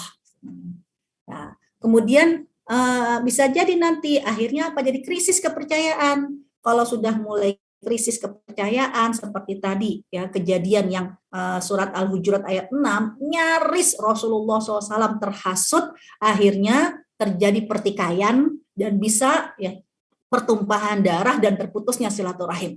Ini bahaya sekali. Apalagi maaf, kalau suuzon itu terjadi di orang-orang yang punya kedudukan penting ya di masyarakat. Wah, ini bisa fatal seperti tadi yang diutus sama Rasulullah SAW, duta untuk mengambil zakat, ya, gara-gara dia orang penting dalam posisi di masyarakat, tapi dia menyimpulkan dengan persepsi sendiri, dengan suuzon, nyaris dua kelompok yaitu bertikai. Nah, ini perlu diperhatikan ya dampaknya. Nah, sekarang ya lebih ngeri lagi seperti tadi yang bolak-balik saya ingatkan dalam surat Al-Hujurat, gara-gara negative thinking ini bisa berlanjut ya ke dosa-dosa yang lain. Nah, ini disebutkan dalam hadis riwayat Imam Malik ya dari Abu Hurairah. Rasulullah mengatakan, jauhilah kalian dari prasangka, ijtanibu katsiran minadh-dhon, karena prasangka itu adalah sedusta-dustanya pembicaraan. Jangan kalian saling memata-matai, ya, jangan kalian saling mengungkapkan ya aib saudara kamu, ya, mencari aib saudara kamu. Kemudian jangan kalian berlomba-lomba mencari kemewahan dunia, saling dengki, saling memusuhi, saling memutuskan. Jadilah kalian semua hamba-hamba Allah yang bersaudara. Ini dosa hanya gara-gara dimulai dari negative thinking. Nah, kalau kita sudah memahami seperti itu, berarti apa? Ya Allah, jangan sampai gue banget deh. Ya Allah, itu kayaknya kebiasaan kita banget. Itu kayaknya mah zaman kita dulu. Ya, nah, itu dulu. Now, sekarang, ayo kita harus menjadi orang yang baik. Namun Nah, apa kata Rasulullah SAW? Kamu jangan ngaku udah baik. Jadi bismillah nih. Atau bisa jadi di antara kita, alhamdulillah saya mah nggak begitu, saya mah nggak begitu, saya mah nggak begitu, saya mah alhamdulillah orang baik. Kalau kamu ngaku menjadi orang baik, ternyata apa? Menjadi orang baik itu harus ada buktinya. Betul nggak? Ya kita ini orang baik, kita itu selalu positive thinking, kita nggak pernah suuzon sama orang, ya kita selalu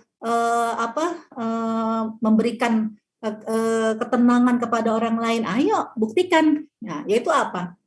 Ya seperti yang disabdakan oleh Rasulullah kepada Wabisah. Jadi Wabisah di awal kan nanya tentang baik dan buruk. Rasul menyuruh mintalah fatwa kepada hatimu. Suatu hari Wabisah nanya lagi, ya Rasulullah, sekarang saya biar tahu saya ini udah jadi orang baik, saya ini sudah menjadi orang buruk, gimana ya? Ya kalau kemarin kan bagaimanakah caranya melihat ini baik atau buruk? Mintalah fatwa kepada hatimu. Nah sekarang Wabisah udah berusaha menjadi orang baik. Tapi perlu dengan keyakinan, kira-kira Rasul saya ini udah jadi orang baik atau saya masih orang yang belum baik? Apa kata Rasulullah SAW? Ya, dengarkan aja komentar tetanggamu. Ya, idza sami'tum, ya kalau kamu dengar tetangga kamu bilang kamu telah berbuat baik, berarti kamu orang baik. Tapi kalau tetanggamu bilang kamu telah berbuat buruk, berarti kamu orang buruk. Jadi tidak cukup hanya mengaku baik, tapi perlu persaksian di dalam lingkungan tetangga-tetangga kita. 40 tetangga. Nah ini udah. Nah yang berikutnya, ayo buktikan kalau kita adalah orang yang selalu husnuzon. Apakah orang yang husnuzon ketika melihat sesuatu yang salah, ini seperti yang disebutkan di dalam surat Fussilat, yaitu apa? Orang yang husnuzon, walaupun melihat orang itu salah, dia akan menyikapi dengan bijak. Dan tolak ukur orang yang husnuzon dan menyikapi dengan bijak, walaupun orang itu benar-benar bersalah, mampu merubah yang tadinya permusuhan menjadi teman setia. Nah, contoh, ya, kan kalau ayatnya menyebutkan, ya tidaklah sama, ya wala tastawil hasanatu wala sayyi'ah. Tidaklah sama yang baik itu dengan yang buruk. Idfa billati hiya hasan. Tolaklah yang buruk itu dengan cara yang baik. Fa idzal ladzi bainaka wa bainahu adawah. Sampai tolak ukurnya yang tadinya di antara kalian bermusuhan, tapi dengan cara kamu yang baik, perubahan yang tadinya musuh menjadi teman setia. Nah, wa ma yulaqqaha ini nggak bisa diberikan kecuali orang-orang yang sabar dan punya karunia yang besar. Jadi kalau kita ingin mengukur apakah kita orang yang baik atau orang yang tidak baik, husnuzon atau suuzon ketika berhadapan dengan kemaksiatan, tolak ukurnya saat kita memperbaiki, saat kita menginformasikan, mendakwahi mereka yang tadinya permusuhan itu menjadi teman setia. Jangan sampai malah jadi ribut. Kenapa? Karena kita udah suzon terus sama orang. Ini orang nih nggak berubah-berubah ya. Ini orang kok kayak begini banget ya. Nah itu kalau kita udah suzon duluan kayak begitu, yang ada nanti justru maaf, yang ada emosi. Contoh, saya pernah ditanya, dikomplain bukan ditanya, lebih tepatnya Bunda Mirna ya sama seorang ibu. Ustazah, gara-gara ustazah nih, saya jadi ribut sama suami. Hah? Gara-gara saya jadi ribut sama suami? Kenapa? Kan ustazah ngajarin dirahmati oleh Allah Subhanahu wa taala. Ya ketika seorang istri bangun malam lalu mengajak suaminya. Kalau suaminya nggak mau, diapain? Ya, caranya dicipratkan dengan air. Itu kan ada hadisnya. Ya, saya praktekkan begitu ustazah. Ya, bismillahirrahmanirrahim. Dibangunin sekali, 2 kali, 3 kali, gak bangun-bangun. Bismillah saya ingin mempraktekkan sunnah Rasul. Udah saya cipratkan air itu ke suaminya. Yang ada malah kaget, ribut, dan berantem. Apaan itu? Saya bilang, Ibu jangan salahin hadisnya, jangan salahin saya yang menyampaikan informasi tersebut. Saya mau tanya, Ibu ketika mencipratkan air ke wajah Bapak, Ibu sudah memvonis Bapak itu benar, nggak benar atau Bapak itu benar? Maksudnya udah memvonis ini memang ya susah banget dibanguninnya. Ibu sudah dalam kondisi benci, kesel, atau karena cinta, kan begitu. Kalau ibu udah kesel duluan, Ya Allah, memang nih susah banget dibangunin malam. Ini digelandutin sama setan nih. Udah, nah, lagi emosi. Lalu kita mempraktekkan seperti itu, otomatis yang ada bersama kita adalah setan. Nah, jadi ketika kita berhadapan dengan hal yang buruk sekalipun, kita tidak boleh memvonis bahwa dia nggak pernah berubah. Dia memang orangnya kayak begini, dia orangnya kayak begitu. Emang dasar ya dia begini begitu. Nah itu kalau udah vonis seperti itu, otomatis maaf ya kita belum dianggap oleh Allah sebagai orang yang baik. Kemudian ya terakhir gimana nih kalau ternyata aduh kan manusiawi banget, apalagi kita perempuan, susah banget ya ternyata masih aja deh suka suzon, walaupun udah ya Allah jangan suzon, tetap aja deh ya suzon lagi. Gimana ya ketika kondisi seperti ini selalu hadir dalam kehidupan kita. Nah, Rasulullah SAW menyuruh ya untuk menjadikan kebaikan-kebaikan ini berproses, yaitu belajar dulu. Ya, jadi memang harus latihan. Seperti dalam hadisnya Rasulullah SAW, sampai dimotivasi kalau kamu mampu berbuat baik, kamu mampu berprasangka baik, itu adalah ibadah. Ya, jadi kita menjadikan mindset dalam hidup kita, kalau kita tidak hanya ibadah sholat, puasa, zakat dengan Allah, kita nggak hanya ibadah sedekah dan berkata-kata baik kepada manusia, tapi ternyata salah satu ibadah yaitu ketika mampu berprasangka baik kepada orang. Jadi belajar untuk positive thinking, seperti halnya kita belajar untuk ibadah yang lain. Jadi kalau astagfirullahaladzim, ya Allah, kok sempat suuzon, istighfar, ya Allah, ya diperbaiki. Terus juga harus belajar positive thinking kepada orang-orang yang beriman. Ya, positive thinking. Jadi walaupun sesuatu itu jebret yang nggak enak kita lihat, nggak enak kita dengar, ternyata Rasulullah SAW disuruh oleh Allah tetap harus belajar positive thinking kepada orang yang beriman. Ini kan kasusnya dalam surat An-Nur, dahsyat loh. Ketika Ibunda Aisyah kedapatan oleh para sahabat, oleh penduduk Madinah, karena tertinggal rombongan kan, ya jalan berdua bersama dengan Sofwan. Kalau yang ingat ceritanya, ya Ibunda Aisyah tertinggal rombongan ya dari luar kota, ya akhirnya Rasulullah udah nyampe di Madinah, ternyata tanduknya Ibunda Aisyah kan nggak ada. Mau nggak mau kan Ibunda Aisyah akhirnya jalan dari luar kota bersama dengan seorang pemuda yang bernama Sofwan. Nah, semua orang melihat dengan mata kepala mereka sendiri kalau Ibunda Aisyah itu masuk dalam perjalanan dari luar kota ke Madinah itu berduaan dengan Sofwan. Dan banyak orang yang akhirnya menganggap kalau ada yang menyimpulkan dengan persepsi sendiri, nggak mungkin laki perempuan tuh berdua-duaan nggak ngapa-ngapain, ya pasti ada apa-apanya lah, apalagi Bunda Aisyah cantik ya, masih muda ya, dan Sofwan juga seorang pemuda, nggak mungkin lah ya minimal mereka begini dan begini begitu. Nah, itu kan gunjingan itu sampai membuat sedihnya Rasulullah SAW. Ya akhirnya Allah Subhanahu wa taala menegur ya para sahabat ya di dalam surat An-Nur ayat 12. Ayo dong, walaupun Nabi sendiri kan nggak bisa memberikan pembelaan. Kenapa? Ya karena memang semua orang menyaksikan dengan mata kepala mereka sendiri kalau Ibunda Aisyah jalan berdua dari luar kota berhari-hari ya, dan mereka ya istilahnya Nabi Muhammad itu bingung mau memberikan pembelaan seperti apa. Nah, lalu Allah menurunkan surat An-Nur. Harusnya yang namanya orang-orang beriman, lau it sami'tumuhu, ya ketika kamu mendengar berita-berita yang seperti itu, dhannal mu'minuna wal mu'minatu bi anfusihim khaira. Bisa enggak sih kamu tuh belajar dong berprasangka baik ya terhadap ya mereka. Wa qalu hada ifkum mubin. Ini adalah suatu berita kebohongan yang nyata. Itu ditegur oleh Allah Subhanahu wa taala. Kalau memang ya Allah itu orang baik, ya jangan langsung, oh gitu ya, astagfirullahaladzim baru tahu saya, oh ternyata, ya langsung. Kita jangan langsung menyimpulkan kecuali kalau sudah jelas nanti bukti-bukti dan saksi-saksinya. Selama belum ada bukti, selama belum ada saksi, udah ya kamu belajar untuk dhannal mu'minuna wal mu'minatu bi anfusihim khaira, ya husnuzan.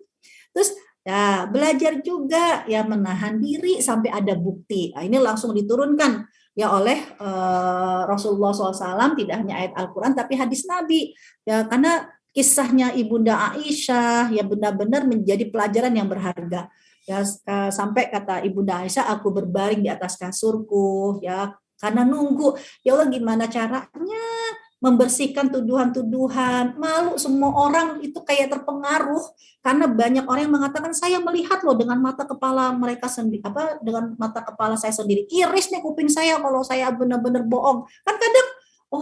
Nah sampai Ibu Aisyah tuh sedih banget ya, lalu akhirnya Allah menurunkan wahyu ya. Nah, begitu sudah ada bukti baru ya kita bisa bersikap. Selama belum ada bukti, tahan, jangan ikut-ikutan komen. Nah, terus belajar dong berlapang dada ya. Jadi kalau kita suatu saat kok ya Allah kenapa ya saya kok suzon melulu kok sempit banget hati saya, sempit banget hati kita. Oh bisa jadi hati kamu sempit karena kamu yang membuat sempit. Gimana caranya agar kamu hatinya lapang? Diminta oleh Allah Subhanahu Wa Taala. Walaupun kamu melihat sebuah kesalahan, ya sempit atau lapangnya hati kamu itu tergantung kamu. Nah ini yang dilakukan oleh Rasulullah kepada seorang sahabat. Ya, ketika sahabat itu mengatakan kepada Rasul, ini saya punya budak yang udah diperlakukan kayak anak deh. Ya pokoknya udah dihormati, dimuliakan kayak apa. Ya tapi kok dia masih suka berbuat buruk kepadaku, masih suka nggak sopan sama aku. Nah itu komentar si ayah si tuan ya terhadap budak kecil yang dianggap seperti anaknya. Lalu apa kata Rasulullah SAW? Kamu tuh kalau selalu berpikir yang negatif thinking, kesel, ya hati kamu sempit sendiri. Ya, bahkan kamu ingin melakukan hal-hal yang lebih dahsyat lagi, kepengen memukul. Bolehkah aku pukul ya Rasulullah? Tapi apa kata Rasulullah SAW? Untuk belajar melapangkan hati kita, melapangkan dada kita, ya selalu positive thinking dengan orang lain. Caranya apa? Kata Rasulullah, sudahkah kamu memberi maaf? Atau sudahkah kamu beristighfar kepada Allah untuk orang ini 70 kali? Jadi bisa jadi kita yang selalu suuzon karena kita berat ketika menghadapi kesalahan orang lain, kita berat untuk memaafkan karena kita tidak terbiasa beristighfar untuk orang-orang yang menyakiti kita itu dengan 70 kali. Kalau kita terbiasa dengan beristighfar 70 kali untuk orang-orang yang suka menyakiti kita, maka Allah akan mudahkan. Karena mampu husnuzon adalah anugerah dari Allah Subhanahu Wa Taala. Dan terakhir, ayo kita belajar agar Allah selalu melindungi hati-hati kita dari penyakit-penyakit hati. Itu seperti dalam surat Al-Hasyr, ya doanya kan antara muhajir dan ansor. Rabbana ighfir lana wa li ikhwanina alladziina sabaquna bil iman. Ya Allah, ampunilah dosa-dosa kami, juga ampuni dosa saudara-saudara kami yang telah mendahului kami. Wala taj'al fi qulubina ghillan. Ya Allah, tolong ya Allah anugerahkan dong di dalam hatiku jangan sampai ada penyakit-penyakit hati. Ya lilladzina amanu, yang penyakit-penyakit hati terhadap orang-orang yang beriman. Rabbana innaka ra'ufur rahim. Wallahu a'lam bishawab. Ya moga-moga bermanfaat. Ya akhirul kalam. Assalamualaikum warahmatullahi wabarakatuh. Saya kembalikan ke Bunda Mirna. Masya Allah, tabarakallah. Luar biasa Ustazah. Materinya hari ini relate sekali ya dengan kehidupan kita sehari-hari dan juga kondisi akhir-akhir ini. Masya Allah banyak sekali bermunculan prasangka buruk terutama ya, yang tanpa adanya konfirmasi dan lain sebagainya gitu. Masya Allah. Alhamdulillah ini kita sampai pada sesi tanya jawab dan sudah ada beberapa pertanyaan di room chat hari ini, dan silakan bagi yang ingin bertanya untuk menuliskan pertanyaannya di room chat ya, Zoom meeting ini. Kita akan akan satu pertanyaan dulu. Yang pertama dari Bu Yani. Assalamualaikum, Bunda Mirna. Assalamualaikum, Bu Ustazah. Mau bertanya, bagaimana cara kita menenangkan hati dan menghilangkan prasangka buruk saat muncul di dalam hati? Nah, bagaimana cara kita menenangkan hati dan menghilangkan prasangka buruk saat muncul dalam hati? Ini kejadiannya sama kita hari-hari ya, pasti ada saja gitu. Tadi mungkin sudah ada Ustazah jelaskan, mungkin untuk lebih menguatkan lagi Ustazah untuk menjawab pertanyaan dari Bu Yani, Bunda Yani. Jazakumullah khair ya Bunda Mirna dan juga Bu Yani. Singkatnya, ketika kita ingin menata hati kita, ternyata Allah menyuruh kita dua. Pertama, belajar. Belajar dulu. Seperti contoh, kita kepingin sabar, itu nggak instan, langsung jadi sabar. Menjadi sabar, salah satu contohnya, itu melalui proses. Prosesnya apa? Kalau dilihat dalam surat Ali Imran ya, ayat ke-200, ini bisa menjadi salah satu contoh proses belajar. Ya, dimulai dari ya ayyuhalladzina amanu isbiru. Hai orang-orang beriman, belajar sabar dulu, karena ada kalanya sabar gak sabar. Sama, untuk menjadikan kita orang yang husnuzon, belajar dulu. Ya, kadang ya Allah suuzon, belajar lagi husnuzon lagi. Ya turun lagi hati kita husnuzon lagi. Belajar. Nah, lama-lama kalau kita sudah terbiasa untuk belajar husnuzon, meningkat akan menjadi karakter. Ya, kita udah terbiasa positive thinking sama orang, udah lapang dada. Karena dalam surat Ali Imran itu proses sabar itu pertama kan isbiru, belajar sabar. Lalu wasobiru, kamu jadi penyabar. Jadi ala bisa karena biasa. Orang yang terbiasa lapang dada, ya terbiasa tidak merespon segala sesuatu cepat dengan negative thinking. Nanti lama-lama dia udah mudah untuk mencari sisi-sisi positif. Contoh, saya belajar dari suami saya. Jadi biasalah ya Bunda Mina, kan dulu awal-awal kita pernikahan kan namanya juga harus mengenal karakter kan.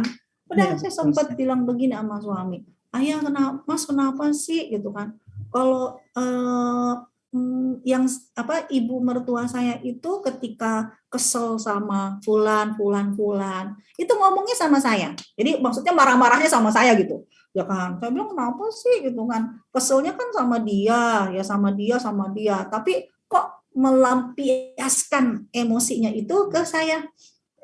Kalau kita tidak terbiasa dengan positive thinking, kita akan menganggap ini juga sesuatu yang baik. Kata suami saya dulu ya, itu menjadikan saya akhirnya belajar sekali. Itu apa? Kenapa kamu tidak berpikir kalau orang tua tidak berani mengungkapkan kepada A, B, C, tapi beraninya kepada kita, tandanya kita dianggap lebih dekat dan dianggap lebih nyaman. Ya, berbicara kepada kita, oh jadi justru sebenarnya ibu itu lebih dekat sama aku ya, iya gitu kan. Jadi hal-hal yang seperti ini memang perlu adanya teman ya. Coba saya bayangkan kalau suami saya, kamu sih begini-begini ya, malah ribut, bisa jadi kan akhirnya mentang-mentang ibumu ya kan kamu bela kan gitu. Nah ternyata banyak hal-hal yang kita tuh perlu belajar, kita berlapang dada. Nanti lama-lama ya ibu mertua mau ngomong apapun, curhat apapun, ya kita udah berasa bersyukur. Oh, berarti dia semakin punya masalah sama orang, semakin mengungkapkannya kepada kita, berarti kita semakin disayang gitu kan. Ya kita dia maunya terbukanya sama kita. Hal-hal yang seperti ini harus belajar. Ya lama-lama ya kita akan terbiasa untuk berlapang dada. Jadi belajar untuk selalu mencari respon yang positif. Saya pernah ada satu kasus lagi, yang Ustazah kenapa sih, ya kan ibu itu ya, ibu mertua itu selalu aja dia ngerongrong kita, minta ini, minta ini, minta itu. Kok kayaknya nggak syukur banget sih? Jangan, saya bilang, Anda itu berarti biasa dengan respon negatif. Kalau Anda membiasakan dengan respon positif, ketika ibu mertua minta sesuatu kepada anaknya, ya yang laki-laki, berarti kenapa kita nggak berpikir saat ini berarti Allah Subhanahu wa taala menyuruh kita ya percaya kepada kita bahwa saatnya kita berbakti kepada kedua orang tua, kan begitu. Dulu ya ibu mertua kan yang menjadikan suami kita yang tadinya tidak ada apa-apa menjadi punya apa-apa. Nah, Allah Subhanahu wa taala berarti mempercayai saatnya lah ya kita yang sekarang di posisi punya apa-apa ya ini paling tidak menunjukkan bakti ya dengan memberikan kebaikan, ya memenuhi kebutuhan ya ibunya mertua kan. Jadi hal-hal yang kalau kita semuanya menilainya dengan lapang dada, ya dengan respon positif, lama-lama kita udah kebal, kita udah terbiasa tidak langsung seuzon sama orang. Nah ini perlu latihan. Ini yang pertama. Yang kedua ya dengan doa. Seperti doanya tadi dalam surat Al-Hasyr kan, di ayat yang ke-10 ya. Rabbana ighfir lana wa li ikhwanina alladzina sabaquna bil iman. Kata kunci. Ya Allah, jangan Engkau tanamkan dalam hatiku ya ada gilan, ada iri hati, dengki, ketidaknyamanan, negatif thinking, itu di dalam hati kita. Wallahu a'lam bishawab. Kira-kira itulah ya belajar dari kehidupan selalu menyikapi dengan respon positif. Masya Allah. Tabarakallah. Insya Allah sudah menjawab pertanyaan dari Bunda Yani tadi ya. Kita harus terus belajar sabar, terus belajar husnuzon untuk selalu berprasangka baik, dan terakhir yang paling penting adalah doa ya Ustazah ya. Ya, baik, betul. Berikutnya nih pertanyaan dari Bunda Tati Herawati. Masya Allah nih Bunda Tati ini paling rajin ikut kajian online dan kemudian juga paling rajin bertanya ya Bunda ya. Jazakallah khair, barakallah. Ini ada pertanyaan dari beliau. Assalamualaikum warahmatullahi wabarakatuh, Ibu Ustazah. Pertanyaan pertama, di dalam Al-Quran banyak diceritakan Allah mengazab dengan berbagai cara ke orang-orang yang berdosa. Nah, sekarang dengan pandemik ini, pernah tersirat apakah ini juga merupakan azab Allah, sehingga kita mencoba introspeksi dan meningkatkan kualitas ibadah kita. Apakah ini termasuk berprasangka buruk terhadap Allah? Berdosakah? Ya Allah, maaf. Pertanyaan kedua, sekarang jika melihat orang bergejala sakit, sering otomatis berprasangka buruk bahwa COVID, sehingga membuat orang-orang bubar. Ini masuk waspada atau prasangka buruk? Berdosakah? Terima kasih Bu Ustazah. Ya, jazakumullah khair. Yang pertama, ya berkaitan dengan masalah adab, musibah. Ayo kita jangan sampai sudah terjebak kepada suudzon kepada Allah Subhanahu wa taala sebelum kita melihat bukti-bukti sifat Allah ketika menurunkan bencana, adab di dunia ini itu karena Allah sayang atau karena Allah murka, kan begitu. Nah, sekarang mari kita lihat.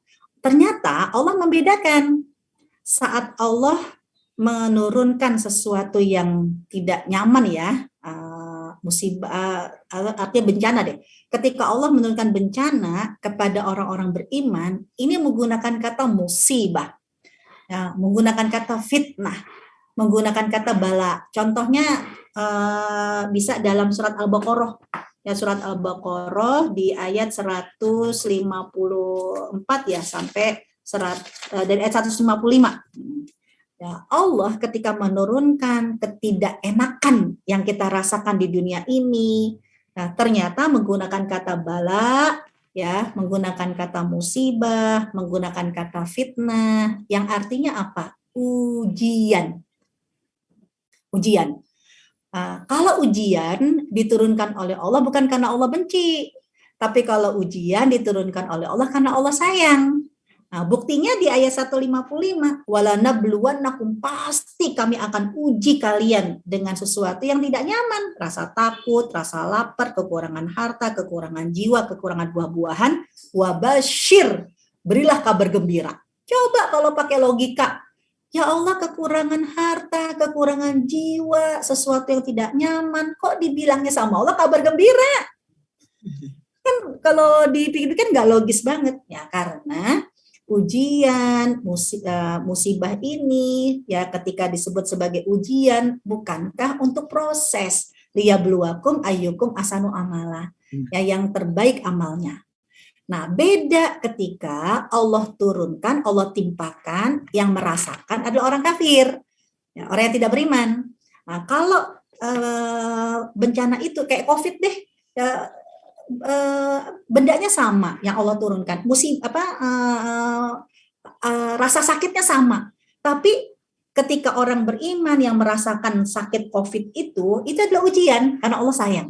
Tapi kalau orang kafir ketika merasakan COVID, merasakan misalnya banjir atau merasakan segala macam bencana-bencana alam, Allah menggunakan kata adab.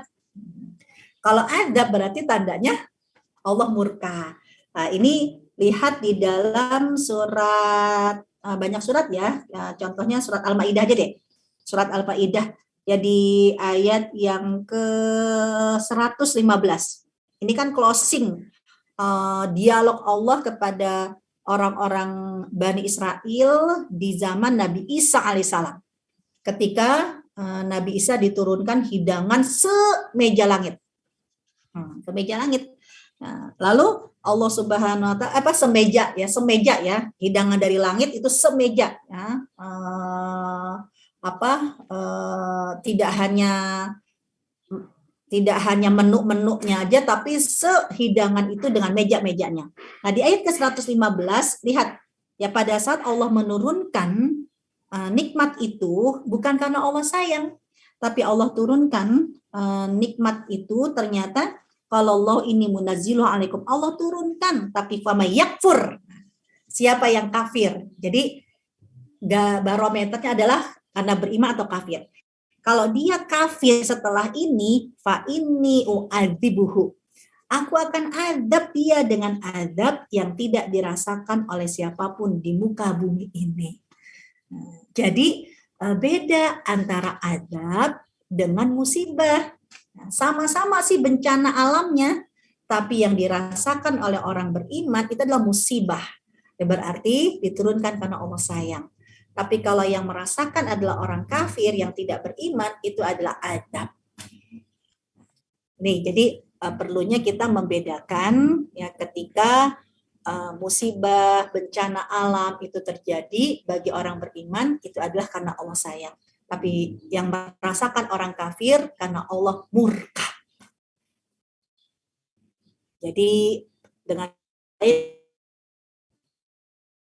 dialami oleh kita adalah adab, berarti kita sudah negative thinking sama Allah. Ya, kita sudah memvonis Allah ya, menghukum kita dengan sesuatu yang Allah tidak suka. Padahal ya Allah memberikan ujian ini bukan karena Allah marah, tapi karena Allah sayang kepada kita. Apalagi kalau Ibu lihat dalam surat An-Nisa, ya surat An-Nisa surat keempat di ayat yang ke mana ya? Sebentar, ayat yang ke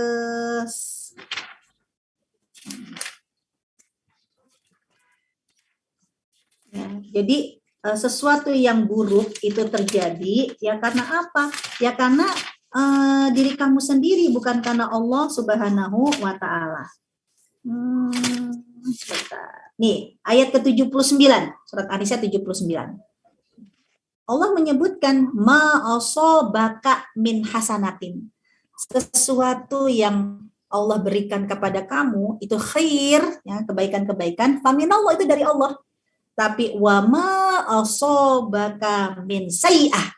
Kalau sesuatu yang buruk itu menimpa kamu, famin nafsik, itu dari diri kamu sendiri.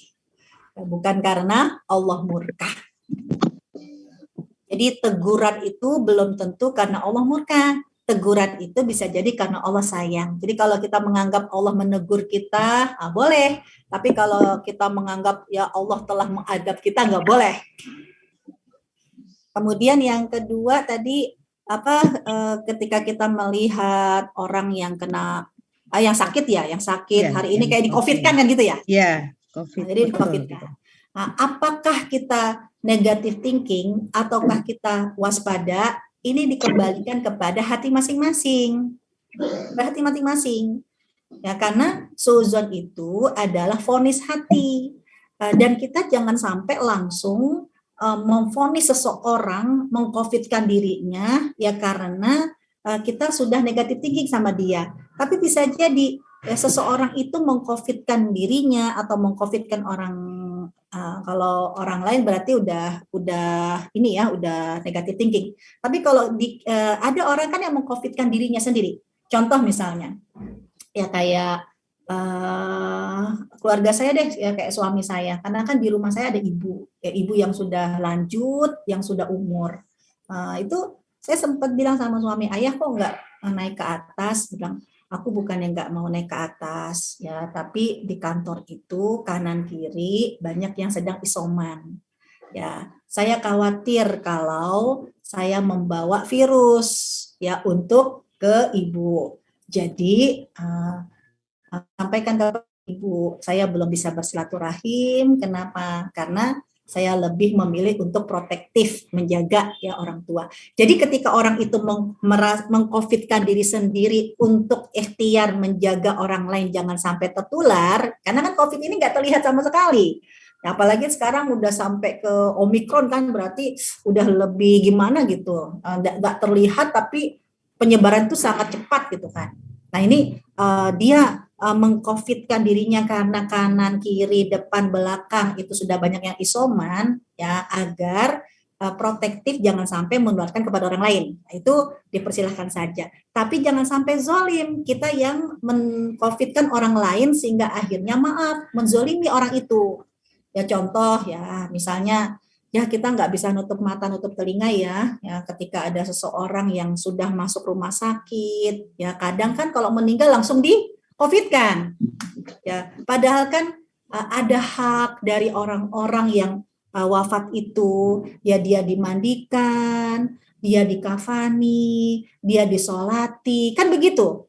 Tapi gara-gara sudah langsung di COVID kan ya betapa sedihnya ya yang yang menyolati juga mungkin akhirnya dibatasi padahal COVID atau tidak COVID kan bisa jadi ada bukti akuratnya secara medis kan begitu.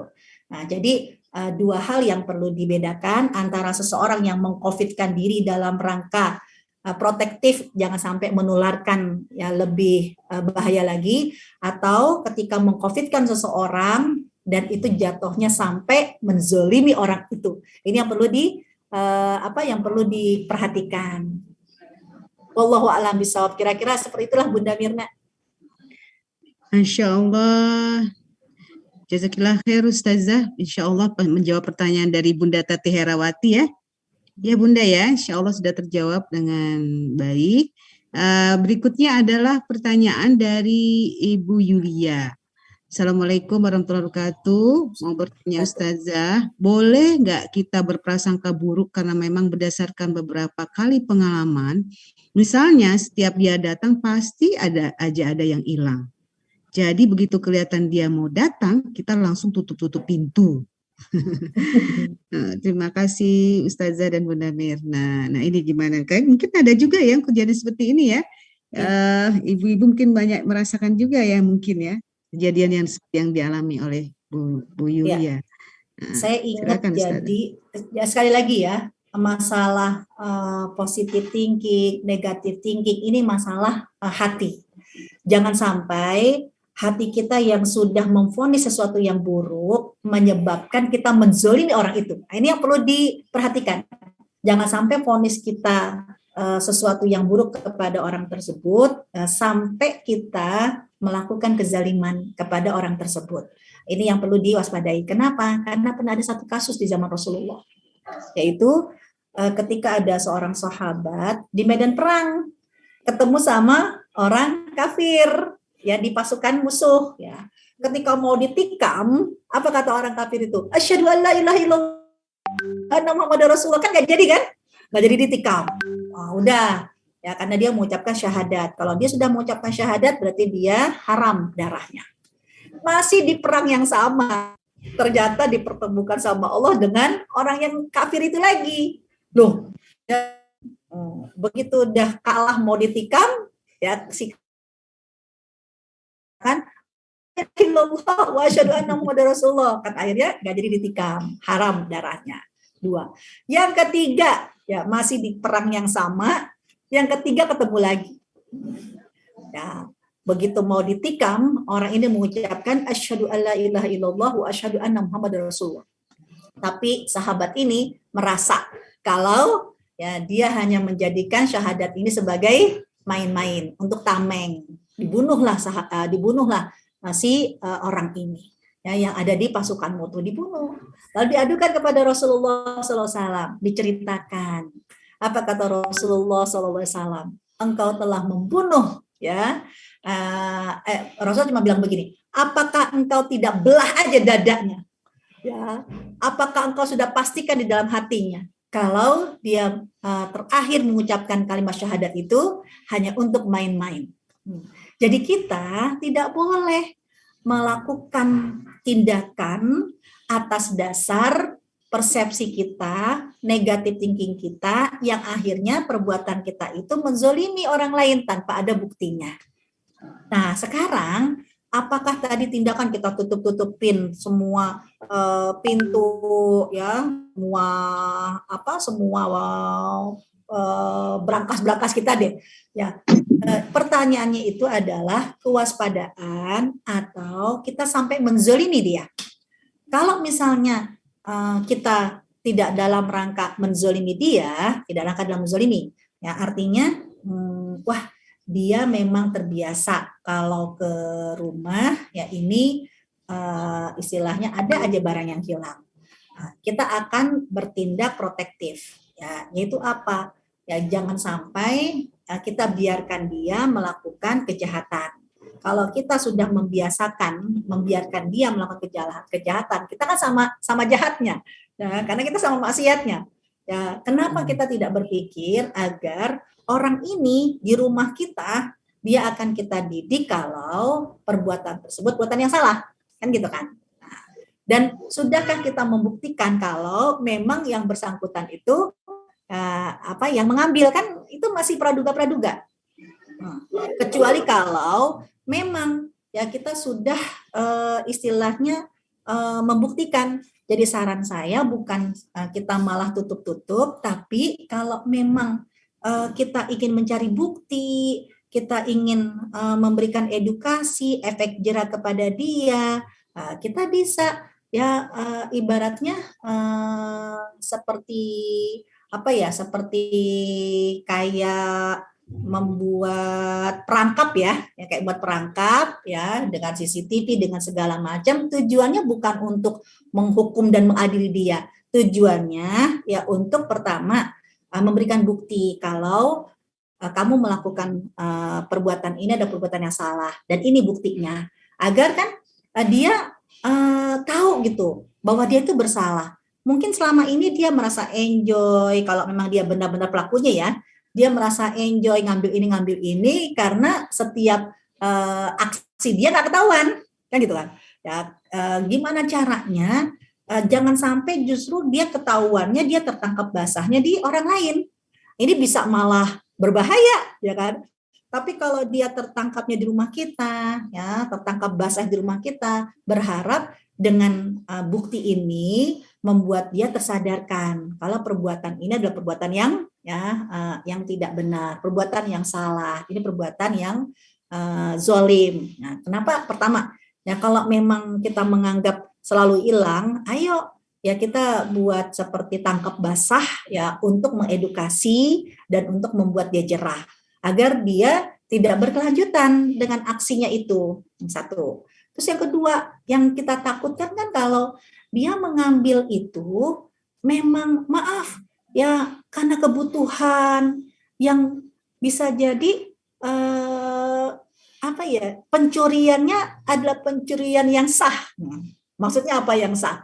Kan pernah ya Rasulullah SAW mengingatkan ketika satu kasus ya seorang budak itu ya tertangkap mencuri ya dan akan dipotong tangan, tapi ternyata kan tidak dihukum. Kenapa? Karena dia melakukan semua itu ya ya untuk istilahnya untuk kebutuhan primer yang haknya tidak terpenuhi kan gitu kan. Jadi dia mengambil sesuatu yang memang ya karena dia di titik kemiskinan dan dia butuh makan. Nah, jangan sampai ya Allah ya dia itu misalnya mengambil uang bukan karena dia ingin mencuri, tapi dia itu memang dalam kondisi kebutuhan, butuh makan, bisa jadi dia sakit, butuh obat, tapi nggak ada yang peduli sama dia. Akhirnya dia melakukan cara yang nekat tadi. Nah, ini kan justru kita malah sedih, ya Allah, jangan sampai justru saudara kita melakukan hal-hal yang seperti ini dengan harta kita. Kenapa? Karena kita tidak sensitif dengan memberikan pertolongan kepada orang tersebut. Jangan sampai justru Allah Subhanahu wa taala memberikan teguran kepada kita dengan cara yang tidak enak ini. Ya, dihadirkan pencuri di rumah kita. Kenapa? Karena Allah ingin menegur, ada harta kamu yang tidak ditunaikan, disalurkan kepada yang berhak. Orang yang mencuri ini, orang yang datang ke rumah kamu ini bukan karena ya dia penyakit ya sosialnya, bukan karena dia memang pencurinya, tapi dia memang butuh sesuatu yang primer ya, tapi tidak ada yang peduli dengan dia. Umar bin Khattab kan sampai nggak bisa tidur ya kecuali kalau kanan kirinya ya sudah dalam kondisi yang kenyang kan begitu kan, karena banyak juga kan orang mencuri ternyata ya karena memang untuk sesuap nasi ya. Nah ini yang perlu diingatkan. Tapi kalau ternyata enggak sih usaha aja cuma buat gaya doang, udah jelas-jelas ya dia yang mencuri. Nah ini kita sekedar nutup-nutup aja kita Allah Subhanahu wa taala di mata kita. Ya saran saya kalau memang sudah jelas dialah yang melakukan pencurian, ayo jangan sampai kita mendiamkan kezaliman di rumah kita, apalagi itu adalah saudara kita jebak untuk menangkap basah, maka edukasi agar Allah Subhanahu wa taala melihat bahwa kita orang yang tidak diam. Lihat saudara kita melakukan wallahu a'lam bishawab. Gitu Bunda Mirna.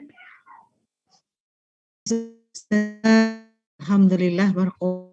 Insya Allah sudah menjawab pertanyaan Yulia ya.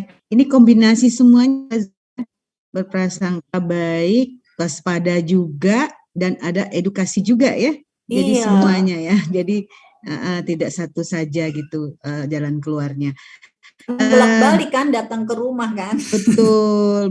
Tapi jadi kita tuh kalau misalnya apa yang dilakukan itu misalnya dengan tutup-nutup, berarti kan itu bukan ini ya Ustazah ya, maksudnya itu kan hanya preventif gitu. Kalau sekedar nutup-nutup aja tanpa memberikan edukasi, ya, berarti kita egois ya, membiarkan ya. Iya.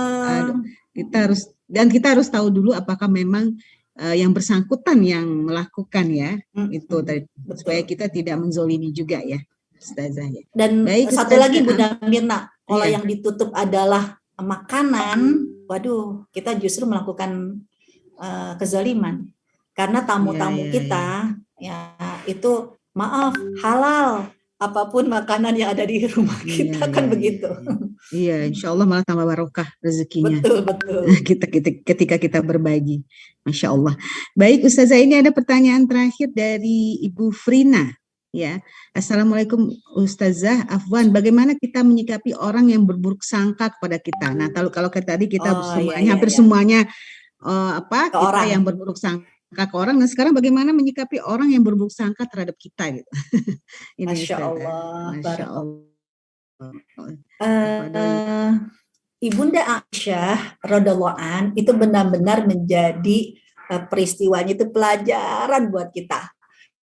hanya mereka yang buruk sangka kepada Ibunda Aisyah, tapi juga Ibunda Aisyah kan ditegur keras sama Allah Subhanahu wa taala. Betul. Kenapa ya orang itu sampai buruk sangka kepada kamu? Kenapa orang itu sampai menyebarkan berita buruk kepada kamu, ya menuduh selingkuh kamu, mengungkapkan ungkapan yang miring kepada kamu?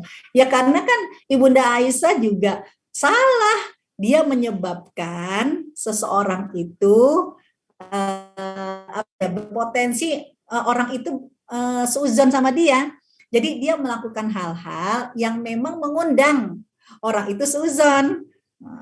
Apa tegurannya Ibunda Aisyah ya, tegurannya Rasulullah kepada Ibunda Aisyah ya, karena ingat-ingat Ibunda Aisyah ya tidak melakukan adab yang diajarkan oleh Rasulullah SAW ya, antara istri kepada suami, yaitu apa?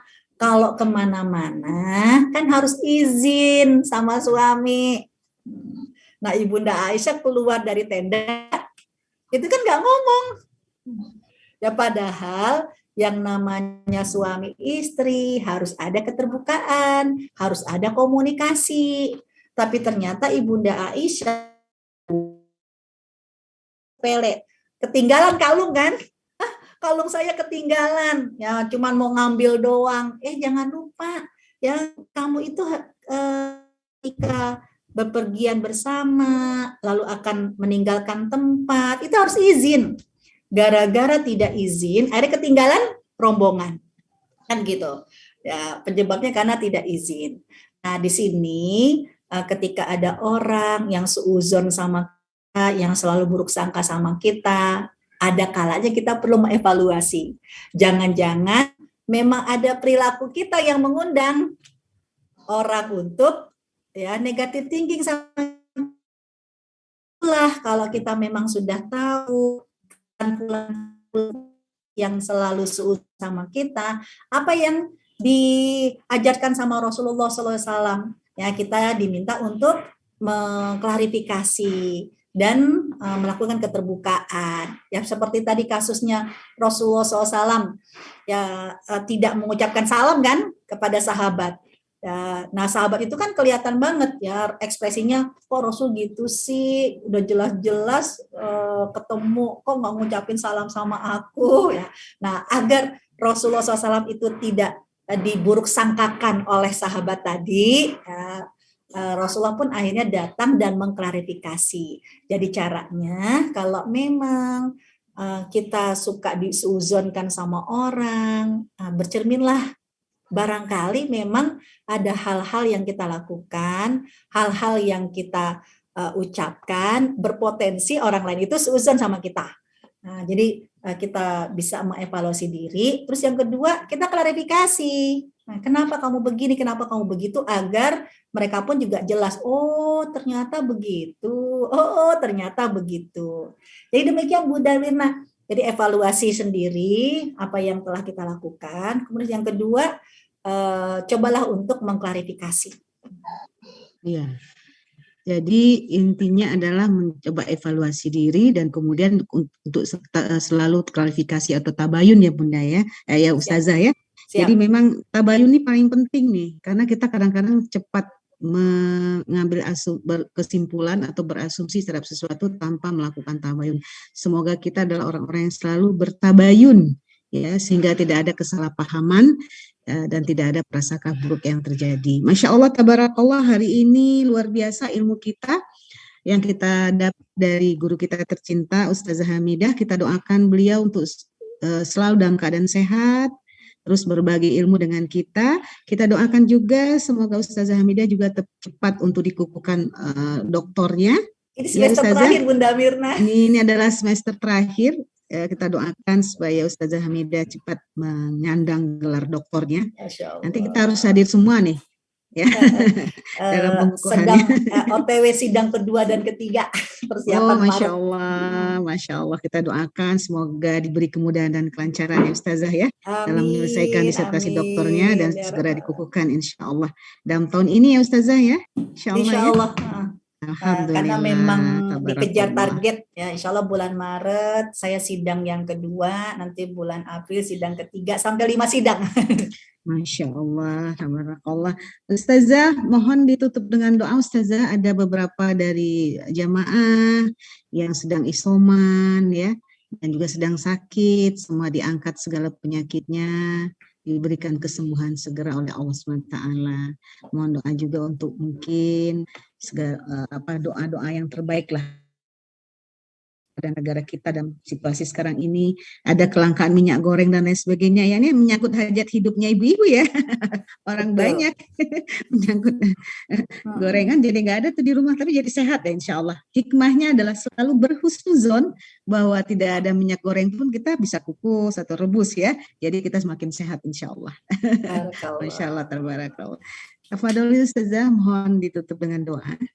Ya, ibu-ibu sekalian yang dirahmati oleh Allah Subhanahu wa taala, kita tidak pernah tahu dari lisan siapa yang pada hari ini Allah suka dan Allah mengijabah setiap doa-doa dan harapan kita.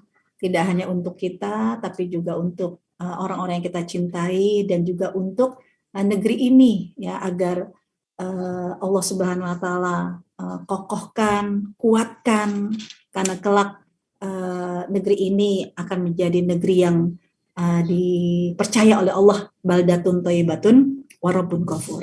Ila hadhihi niyyah wa niyatin shalihah al-Fatihah. A'udzu billahi minasyaitonir rajim. Bismillahirrahmanirrahim. Alhamdulillahirabbil alamin arrahmanir rahim maliki yaumiddin. Iyyaka na'budu wa iyyaka nasta'in. Ihdinas siratal mustaqim. Siratal ladzina an'amta 'alaihim ghairil maghdubi 'alaihim waladdallin. Amin. Ya Rabbana lakal hamdu kama yanbaghi li jalali wajhikal karim wa 'azimi sultanik. Radina billahi rabba wa bil islami dina wa bi Muhammadin nabiyina wa rasulah. Rabbana ighfir lana ma madha wa aslih lana ma baqa. Allahumma inna nas'aluka khairal mas'alah wa khairal du'a wa khairal najah wa khairal ilm wa khairal amal wa khairal thawab wa khairal hayah wa khairal mamat wa thabbitna wa thaqil mawazinana wa haqiq imanana warfa' darajatina wa taqabbal salatina waghfir khati'atina birahmatika ya arhamar rahimin.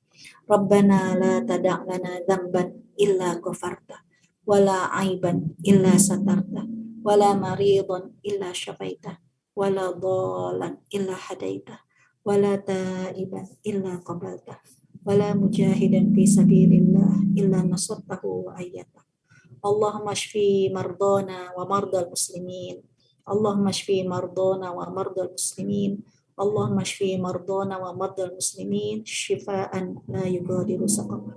Rabbana hab lana min azwajina wa zurriyyatina qurrata a'yun waj'alna lil muttaqina imama. Rabbana atina fid dunya hasanah wa fil akhirati hasanah wa qina adzabannar. Allahumma inna na'udzubika minan nar wa min khizyin nar wa min kulli amalin yuqarribuna ilan nar wa adkhilna jannata firdaus ma'al anbiya wasiddiqin wasyuhada wassalihin wa hasuna ulaika rafiqa. Rabbana taqabbal minna innaka antas samiul alim wa tub alaina innaka antat tawwabur rahim. Wa sallallahu ala sayidina Muhammad walhamdulillahi rabbil alamin. Amin amin ya rabbal alamin.